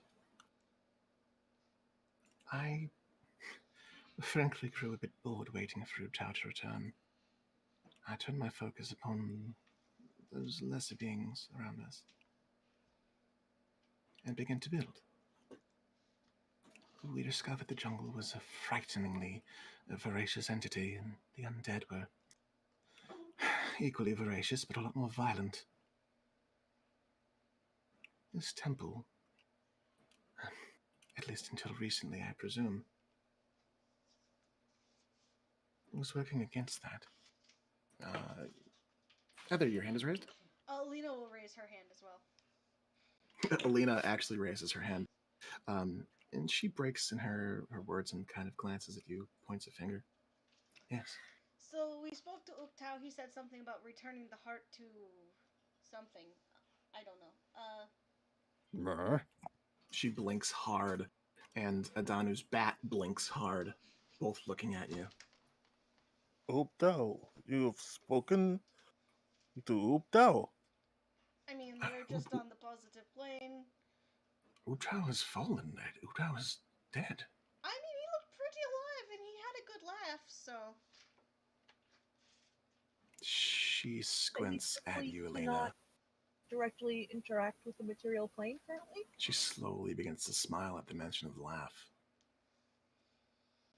Khaled bows her head slowly, and you see that there are gears turning. Long ago, there were rumors, theories. We thought we knew all of the gods within the pantheons. We thought we understood where they came from. All born from the dragons, all divine blood of draconic origin. Or otherwise, the nominations, those elevated by the celestial dragons. How could Utao exist in such a place, I wonder? How could he be a god without permission? There are many mysteries within this quaint little island. That's what drew me to it. I mean, as a paladin, I can kind of tell you the gods mostly do what they want. They do. Especially when they're not gods. You're just saying Updao is dragon? Cowled, I don't... not a god. It was rumored that Utao might be something else. Something older. Tell me, what all do you know of primordials? Mer. Mer indeed. A genuine smile touches her lips as she looks at the ankylosaur. Is he always like this? How did you fit him in here? Roar, you can probably undo the thing you have done. Laura didn't do that. Karn did that to Karn, herself. sorry. I know the simple answer is magic, but that gets so boring so quickly. The mechanics, please. I He just start wagging my tail. he is a warforged, but he is connected to the green, so he Ah, can shape change to different beasts. Sometimes it's funny, sometimes it's not. the divine, the magic of nature itself. How interesting. Mer. Yes, right. Long before Tiamat and Bahamut willed themselves into existence, it is said that older things already existed. Or perhaps came into existence as a result of the new law imposed by their very being. It's a strange concept to wrap your brain around, but I quite enjoy it. The primordials are said to be something that predates them. And yet, as Alina raises her hand, she glances in your direction, Alina. No, I only raised my hand the first time. Oh, it's not raised still? One second. Yeah, you gotta like force close it. That's weird. Gotcha. Clicking it a second time will make it go away. Entities that don't quite play by the laws set by gods. Perhaps not as powerful, but still equally hard to destroy. If Utal resides within the plane of positive energy, it could very well be his spirit there. Which I suppose in some ways is a relief. Denarian believed that he would never rise. I'm inclined to believe the same.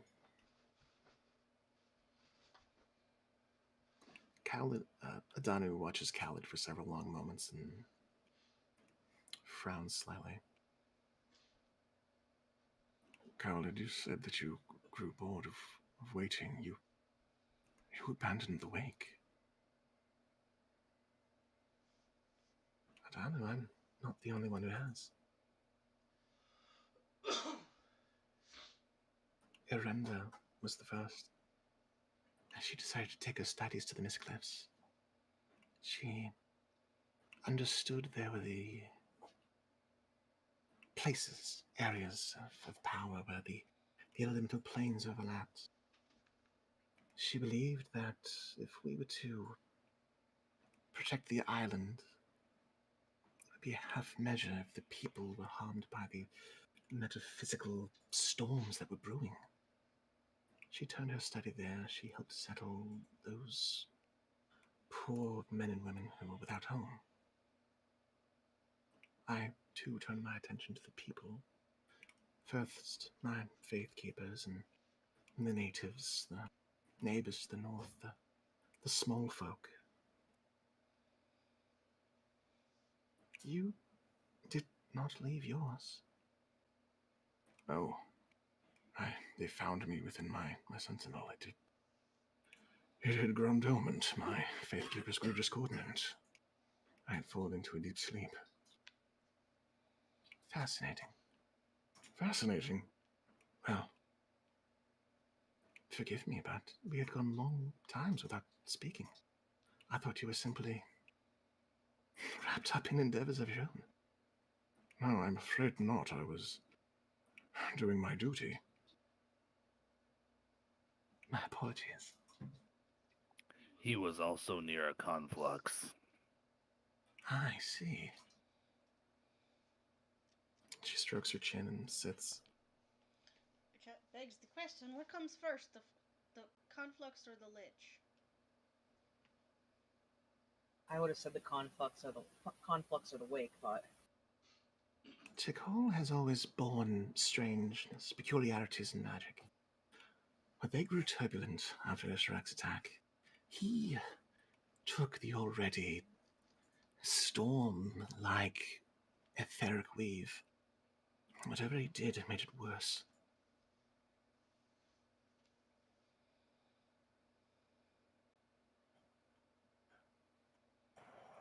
Biff raises his hand because Alina did it. You're behind her, and yet she lifts up a hand and points a thumb behind her at you. Yes, to the dark-skinned man in the back. It is Biff's duty to close these confluxes. Does that matter at all? If you can quell them, it would be of great boon to the people here, supposing many of those colonies still exist. Biff not know much about the history. It is the purview of the light-skinned tiefling nearby as he motions his head to Verdi, and the the cat that is not here. But there are many colonies and groups here. If you are willing to leave the temple, you will meet them. Although I could perhaps leave this temple, this particular seat has a great deal of importance.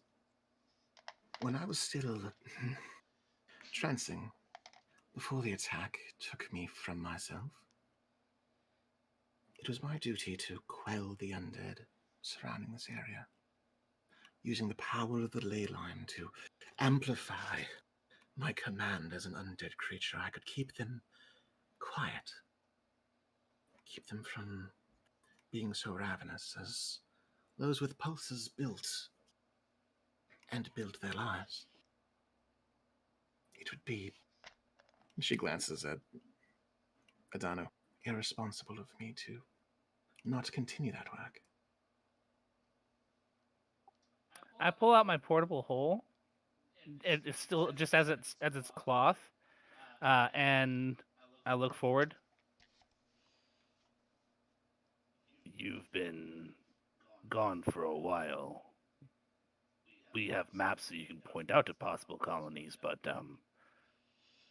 there's no immediate place nearby that I'm aware of. Everything here in the river is ruins. Ruins? Oh, gods. You've How been long gone have a long time. her brows knit, and you see a little twinge of anger touch her face as she looks down, and her nostrils flare. I remember I was... I'm sorry, but your sentinel, unless you purposefully buried it, it was covered straight up to its neck, head looking towards the sky.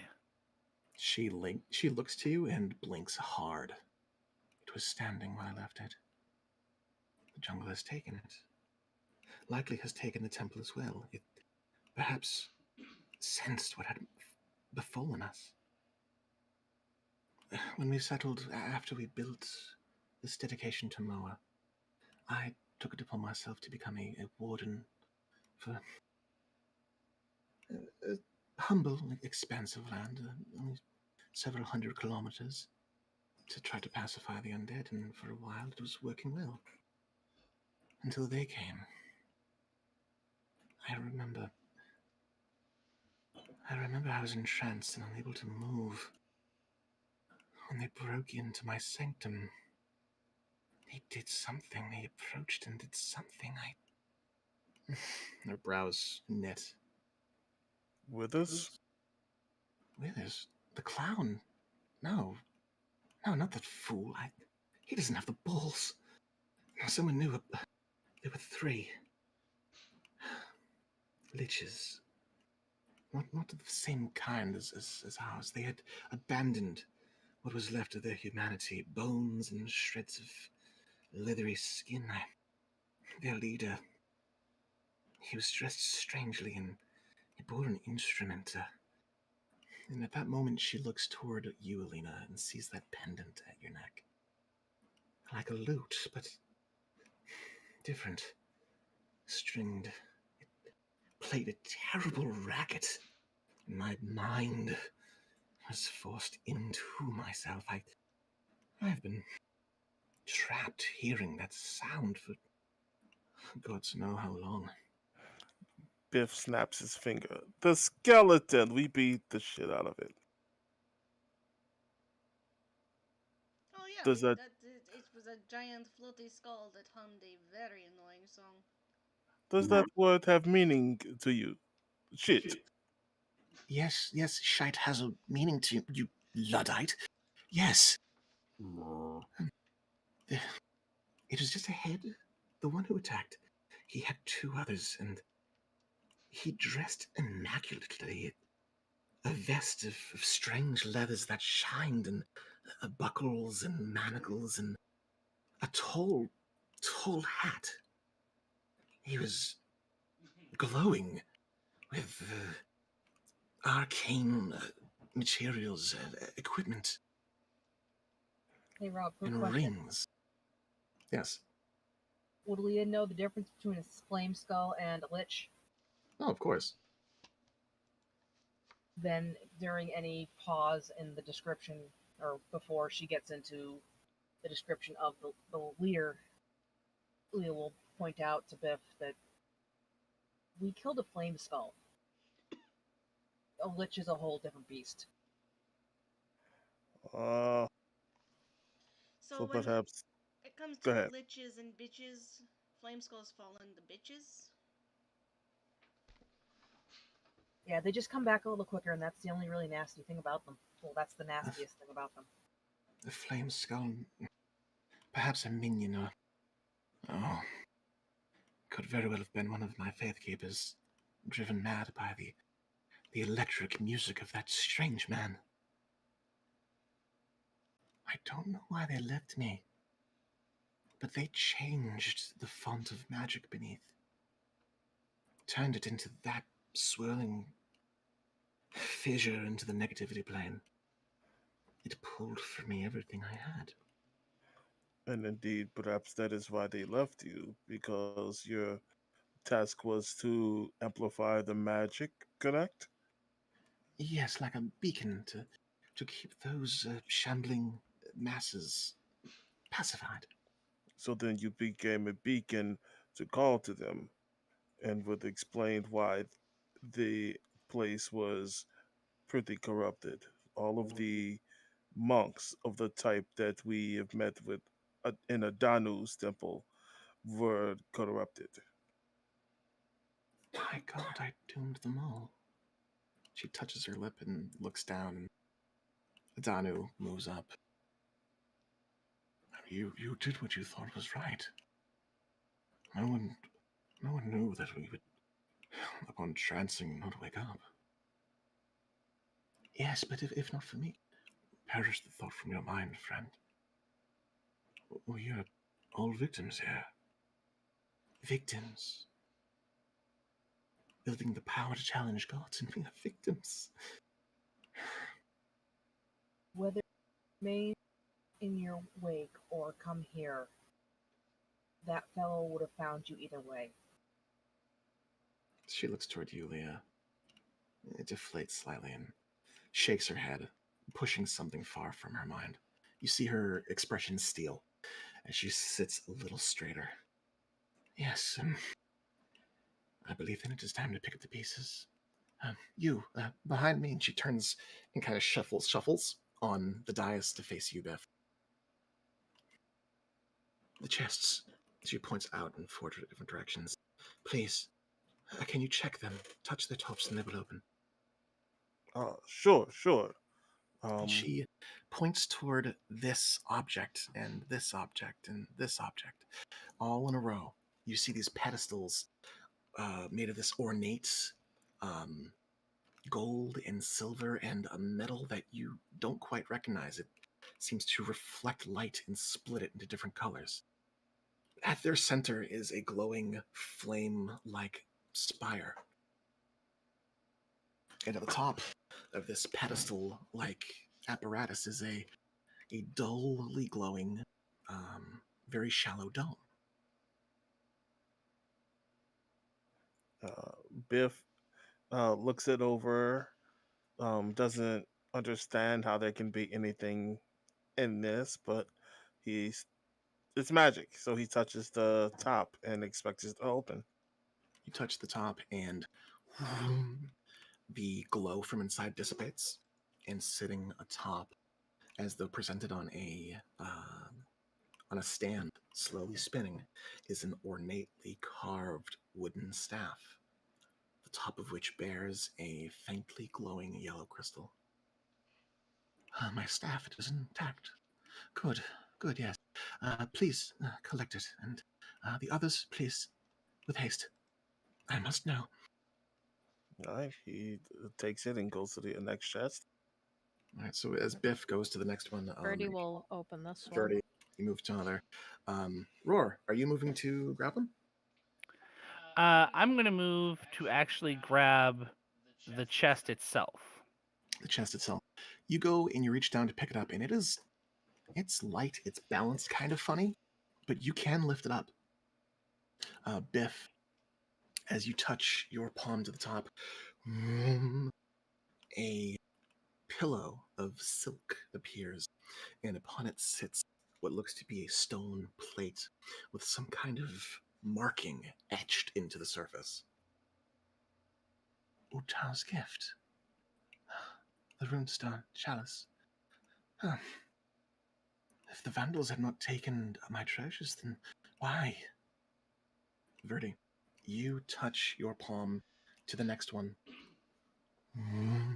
There's a glow as the light inside dissipates, and nothing appears on top.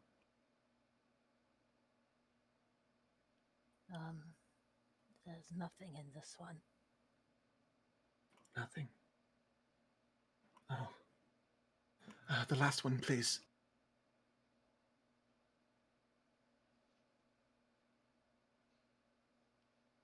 All right, Birdie will go to it. You reach and you touch it. The light goes out, and nothing appears. Khaled's ears lift up as a twinge of anger contorts her brows. I now see what they have taken. What did they My take? 2 items of my own creation. A cauldron that could feast a famine. And an etherstone of tremendous power. My magnum opus. It had the spirit of conjuration within it. Within its runes is the ability to warp reality, to make real desires, wants, dreams, to impose one's will upon the weave and make true thought itself. I had deemed it too dangerous to yield, both to the user and to those who do not give it proper thought. I shudder to think what may happen here. The beacon is here. I can still influence this world. I can still pacify those around me. You could. turn that back on, and they'll return. And then we'll lose you.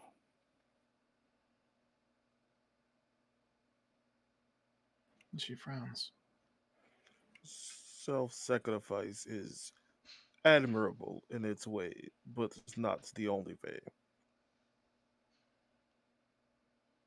She squints slightly and looks between you, looks back to Adano.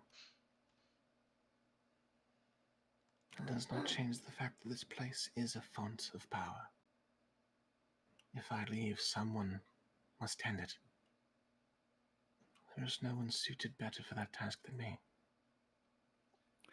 I look over at Biff, and I say, can you finish closing that rift? Biff would be happy to. She looks toward you, Biff, and looks to you, Roar. You have this power to stabilize the planes. You are an arbiter, aren't you? Biff is not familiar with that title. Biff is a monk who has studied uh, in the mountains, master this broken earth. Perhaps Arbiter is what you would call Biff. Biff would only call Biff Biff. She frowns slightly and inclines her head.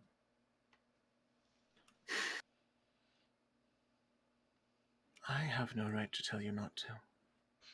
But know this. This point can be used for good, to combat the negativity, to prevent the dead from rising. You have a choice. I could remain here, continue my work, perhaps even leaving for a short while to return later to continue my work, if that is what you so desire. She glances at Roar and then turns back to Biff. Or you can close it and rob the island of a safe haven. Well, when you put it like that, and Biff flings his hand in mock irritation, Biff did not know that you leaving and coming back was on the table. Biff would happily have you come back as a task, as a job. You stayed here for a while and you leave to explore the world that we now live in. Adanu looks excited for but a moment.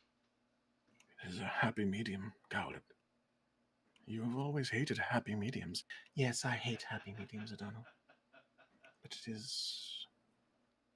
I suppose there is a measure of sense that it makes. And she goes to stand.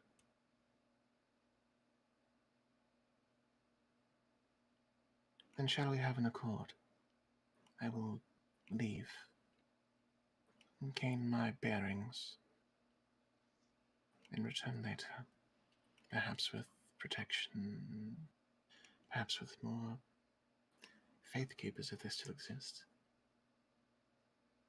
or other adventurers like you to prevent those entities from finding their way back here. Is this amenable? Yes, and Biff would also suggest that there'd be an easier way to access this place because there was a lot of swimming A lot and of lots swimming. of tight places. Again, under the river. I have need of dwarves. I hear they're quite good at building things. Perhaps I everyone currently is have some still. on retainer. She glances at you and nods. I should perhaps check and see if Arenda is still around. She had lived with the white dwarves in the mountains, studied their ways. They are I keepers of these rifts. Alina will raise her hand when she hears about the white dwarfs. She glances in your direction as you raise your hand. I have intention of seeking out the white dwarfs myself. Very well. I shall tell you all that I know. And she rotates. She kind of like rolls on her hip and stands upright. Um, by now, sitting this column of light, the texture of her skin has returned to something not just lifelike. It looks alive. She is a darker skinned elf with long, thick ears, and her head is completely bald. Her tattoos glow and pulse with a faint orange light. And the what had been a tattered sort of like toga wrapped around her has also filled in. Threads replenished as though the clock had been rewound. And she descends from her spot atop the dais, takes a step next to Adano. Adanu, would you sit in the tower of the light? Would that help you at all, like that? Maybe you'll He be glances at his less blind. palms and I certainly would like to remove this blindfold if that is something that we can do. Yes. Just do the thing. Okay, yeah. Don't be pushy. I'll circle around and start grabbing the rest of the chest and pulling them towards the hole.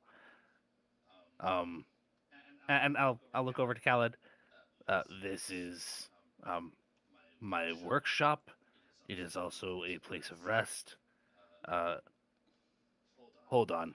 I pop my head in.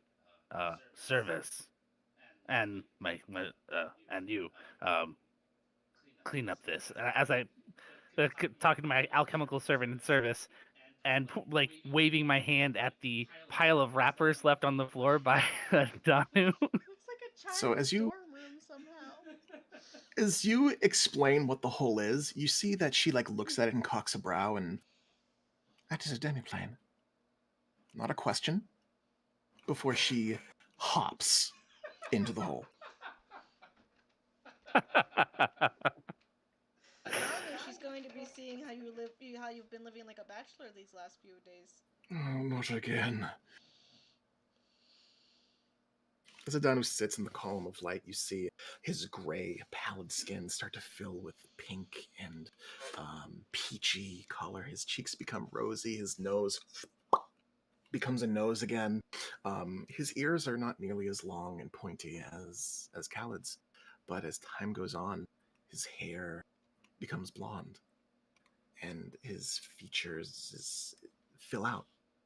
Still high cheekboned and prominently chinned. He's restored? Question mark to the appearance of a pale but healthy looking elven man. He looks himself over, turning his hand around. When we took upon ourselves the ritual, we lost this. The color, the vitality, the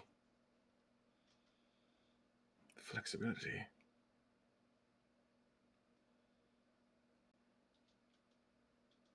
And he is lost for several moments, just staring at himself. All right. So, Roar, do you enter into the hole as well, or do you just call into Yes. service to? Okay. So I would have had. Would you say I would have been able to lift each chest with one arm or with one hand? Yeah, you're able to carry them all. It's cumbersome, but you can gather them all. You're kind of built. Yeah, Literally. then I would have had all of them as I was peeking in. I'll just step in now that she bounced in, and I'll get the chests moved off to the side so they're not in the way, and I will use prestidigitation to help clean up some of the mess. You begin to clean up, and already she is looking through some of the things. She's picked up some of the scroll cases and looked through them, quickly going, just studying what is around. The air in here is pleasant, dry, but magic suffuses this place. It's quite nice. Did you make this? I would like to take credit, but no. No. Are you a maker? The robes, I don't recognize your school of magic, but the toolkit. She glances and kind of gestures at your tinker stools. I nod, and then I scoop down and pick up service, and I hold him out to her. Oh, what a strange and delightful little imp you have. I He's made so him. weird. You made him. I see. She kind of pokes at him. Aren't you a peculiarity?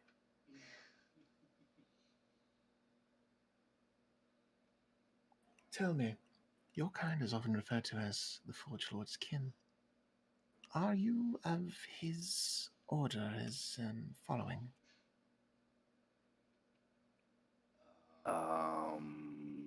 No. I see. No. She frowns and rubs her chin a little bit.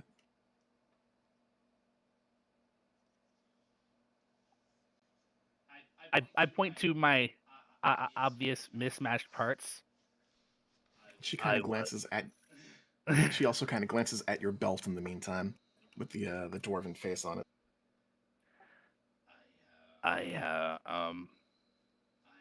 I'm an amalgamation of several that came before. A new creation, masterwork project of a master. So no memory of the old days then. No. Well, we're both equally as lost then. Fantastic. It can be Uh, fun. She inclines her head to you. She looks around for several more moments, touches many of the things in there, just poking and prodding and picking things up that probably shouldn't be picked up. Gets a lay of the land and begins to clamber her way back up and out.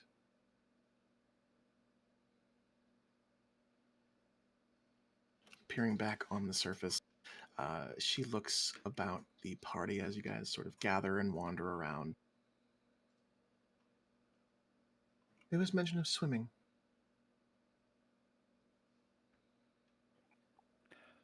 Yes. To get back out, we have to go up through water. Um, would you like to stay dry in the portable hole? It's been a long time since I felt anything. I think I would like to swim. That is fair. Adano takes a step down from the dais and kind of dusts himself off.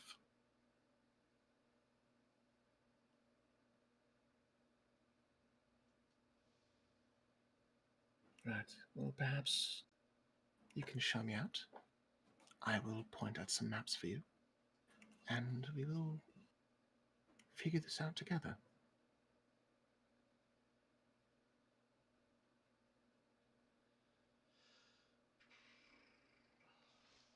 Sounds good. The others are on the boat and probably wondering where the hell we are. Wondering where the hell you are. So, Oh, yeah, I can handle that. Oh, wait, no, I can't. I You already did wanted, that today. you wanted to show her your boat. Yes, well, she will see my boat. I was going to send a early message above, but I used that ability and I have no more spells, so we're just going to show up. It's fine. all right. So you guys gather your things. You gather your chests, the items that Just make Khaled sure had. that one of us is the first one out of the water, so no one freaks out. um, no loot. I'll drag the item cards onto your sheets as you identify them. As you make your way back through the ruined temple toward the great doors and begin to swim your way up back to the boat.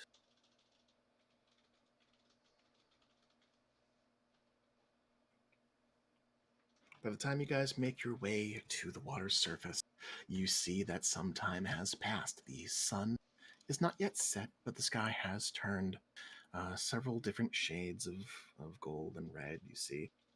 Sunset is approaching, but is not yet here. Um, those of you aboard the boat, hold on a second. You see your allies appearing one by one at the water surface.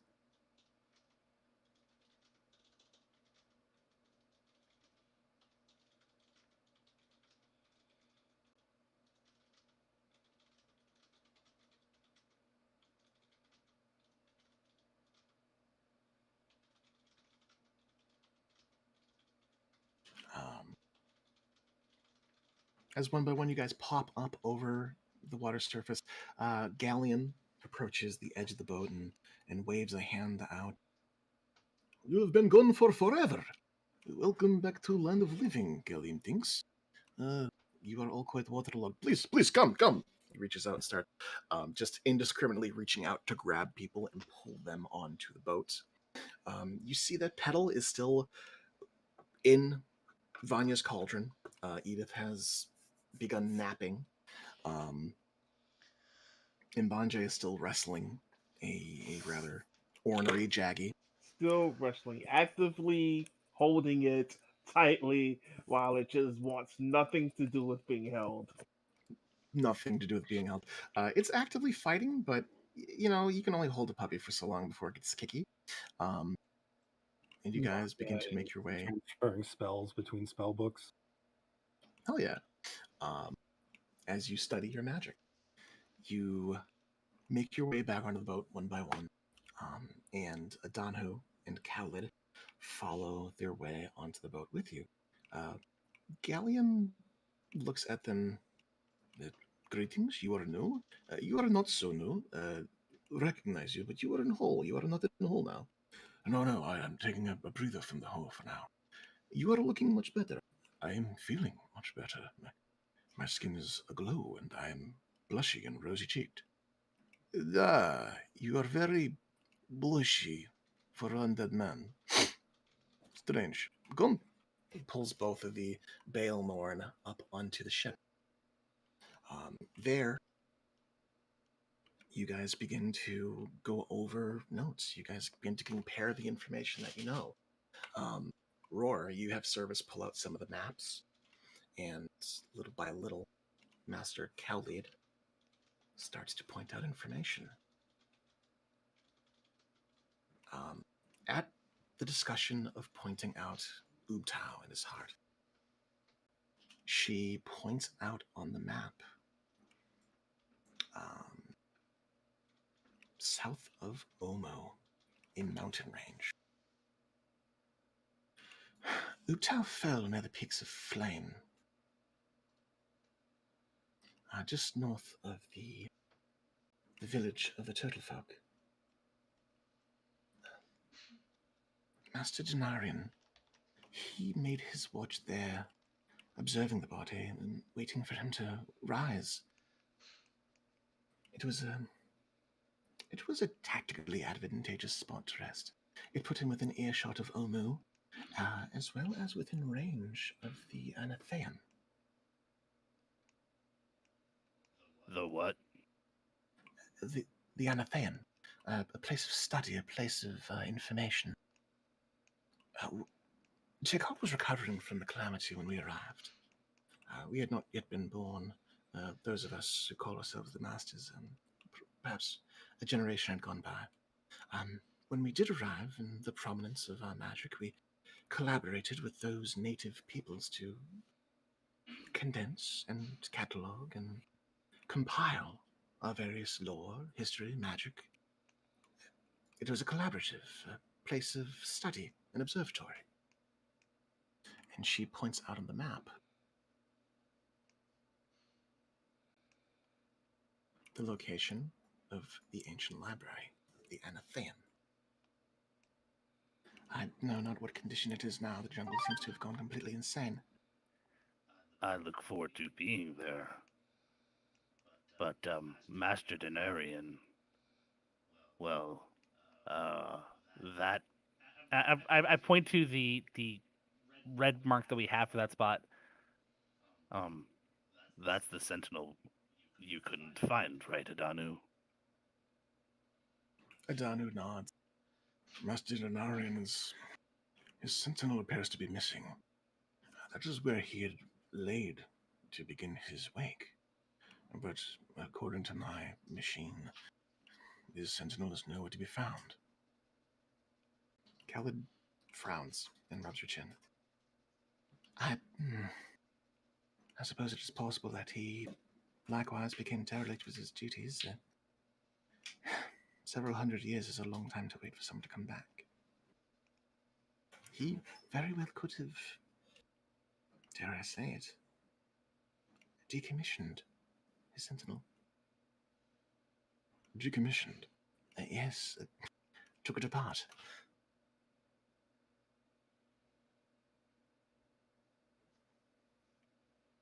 And if he does that, it means that he can actually die and not have to worry about this wake. Doubtful that he'll die, but if Ubtao should rise, I suppose there would be one less sentinel that could help.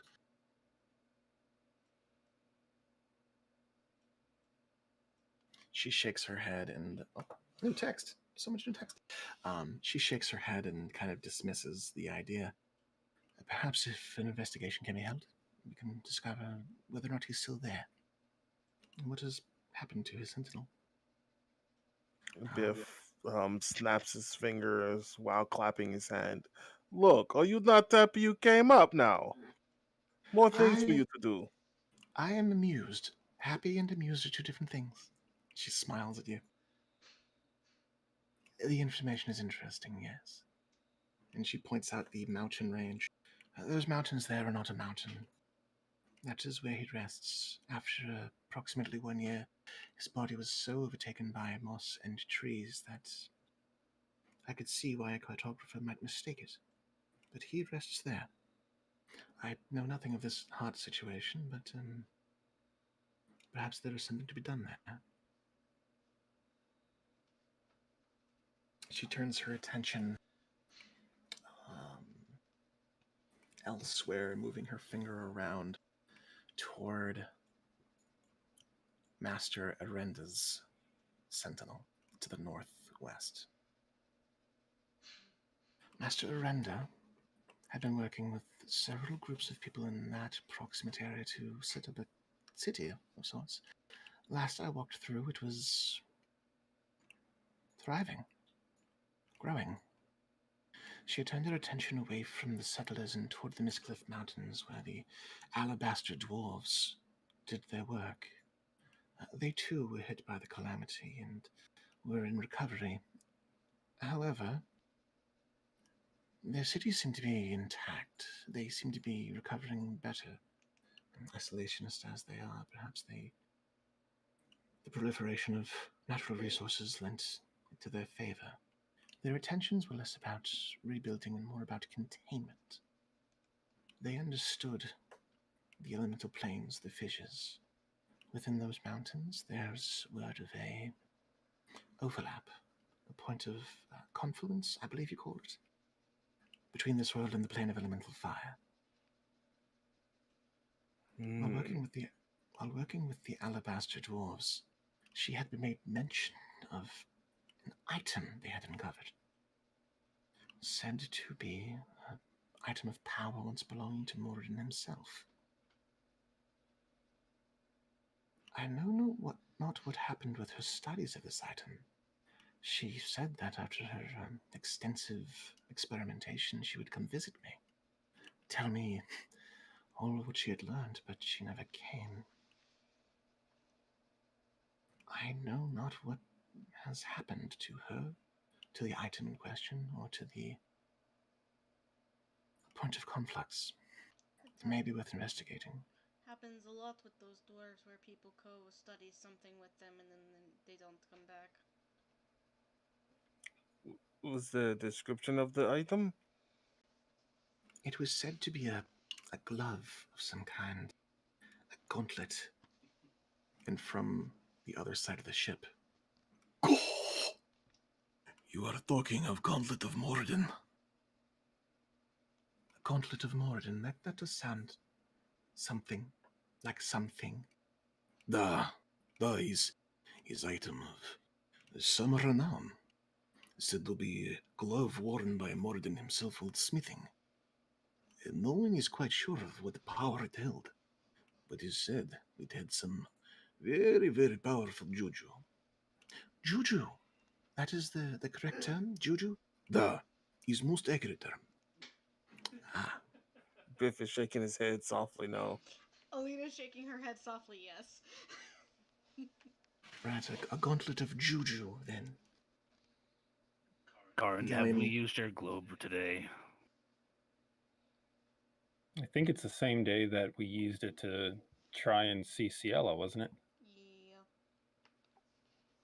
yep, you tried to Yeah, see Ciela today. it's been several weeks, so I had forgotten. Thanks for reminding me. No No worries. problem. Um, she nods and sees some gears are turning. Galleon plants his hands on his knees. Galleon would like to investigate, see what is there. If can see this item, it would it would mean much to Galleon. If item still exists.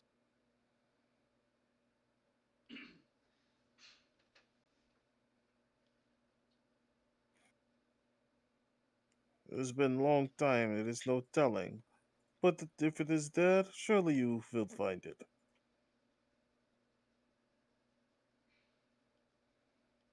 He nods and looks excitedly at you. Khaled continues to look about the map, pointing out areas where small civilizations had been growing, where camps had been made and the groundwork for cities had been built. She finds her finger hovering near the river ruins to the south and along the riverbank. Do any of these cities still exist along this area? Not properly. And Ow. you guys recall that there are ruins of places scattered across this area. A sickness had sort of swept in over the years. Feelings of unease, stories of ghosts and hauntings and such, all along that corner of the River Star, near the proximity of the ziggurat. That was what I was just about to mention. I'll point to the spot, and well, one of our next stops is a half-buried ziggurat, which is in the area of where the ruins are. A ziggurat. Buried. The jungle seems to be swallowing up cities and places, and it seemed to rather voraciously attack our temple, I imagine, shortly after it was corrupt. This ziggurat of yours, a tall white stone pyramid, yes? Let me think. Was it tall white? I thought it was a black Black. item. So it was black. You recall that it was black. No, black. Or that's what I have been told. Black. And you both kind of like point in the same direction, and she shakes her head slowly. No, that's not quite right. Post calamity, the small folk, the Koboloi, they laid claim to an ancient place, a place of worship of theirs that meets some of that description, but to my knowledge, it was neither buried nor black. It was a white stone temple dedicated to their moon. Well, they're shadows. Maybe as things changed for them, they changed the color, or maybe its aspect changed with them. And as she speaks up, Karn, you hear in the back of your mind protests and questions, and the conversation has caught Rua's attention. It has caught Karn's attention as well, but Karn will not ask any questions at the moment because the player has to go. As the conversation continues, and you feel this itch in the back of your mind, and Rua begins to essentially emerge from your shadow with a sense of purpose and urgency. We're going to call game here, roundabouts, and pick up as you guys continue to learn a bit. So many questions. Many questions are happening. Congratulations, you guys have uncovered another first-person source of information to the ancient world. What you do with it? Rebuild the ancient library! Magic school! Magic school. I will make the best college ever! Cool leg. Oh, fuck that token. I give you guys way too much power. That's going to be a boss now. I was waiting until the game was ended because I didn't want to disrupt serious roleplay talk. And I'm like, hey, I can make this transparent. Hey, I can drag this onto the map. Catching the kettle riding pedal has got to become a mini game. So as you guys discuss things, and Rua begins to, excuse me, hold the fucking phone. Pedal still up and down the boat. But yeah, just like that. pushing the cauldron to its limit as it dashes each round Can I just 20 feet instead of 10 Can feet. I just get a quick? What the hell does Kaliad's face look like when she sees a little white cat running by in a cauldron that runs? That is a fey feline in a little cauldron with legs. What in God's name? They are like this. It is their God's way. gone now. It is their way. I have missed so much. Vanya is intrigued that they've picked up another lich and that both liches don't look like liches anymore. They don't look much like liches. She has a lot to process. Anyway, There's some processing happening. I may or may not still have. Actually, no. I got punted off the plane, so I don't have my unseen servant. Your unseen servant fucking blew up in light for a moment. Oof. It just turned into sparkles. All right, guys. I'll let you go. I'll Thanks. be in IMs. Thanks for playing. Thanks for Have a sticking good through it. You too. Thanks for giving us game. Night. Good night. Good night. Peace out.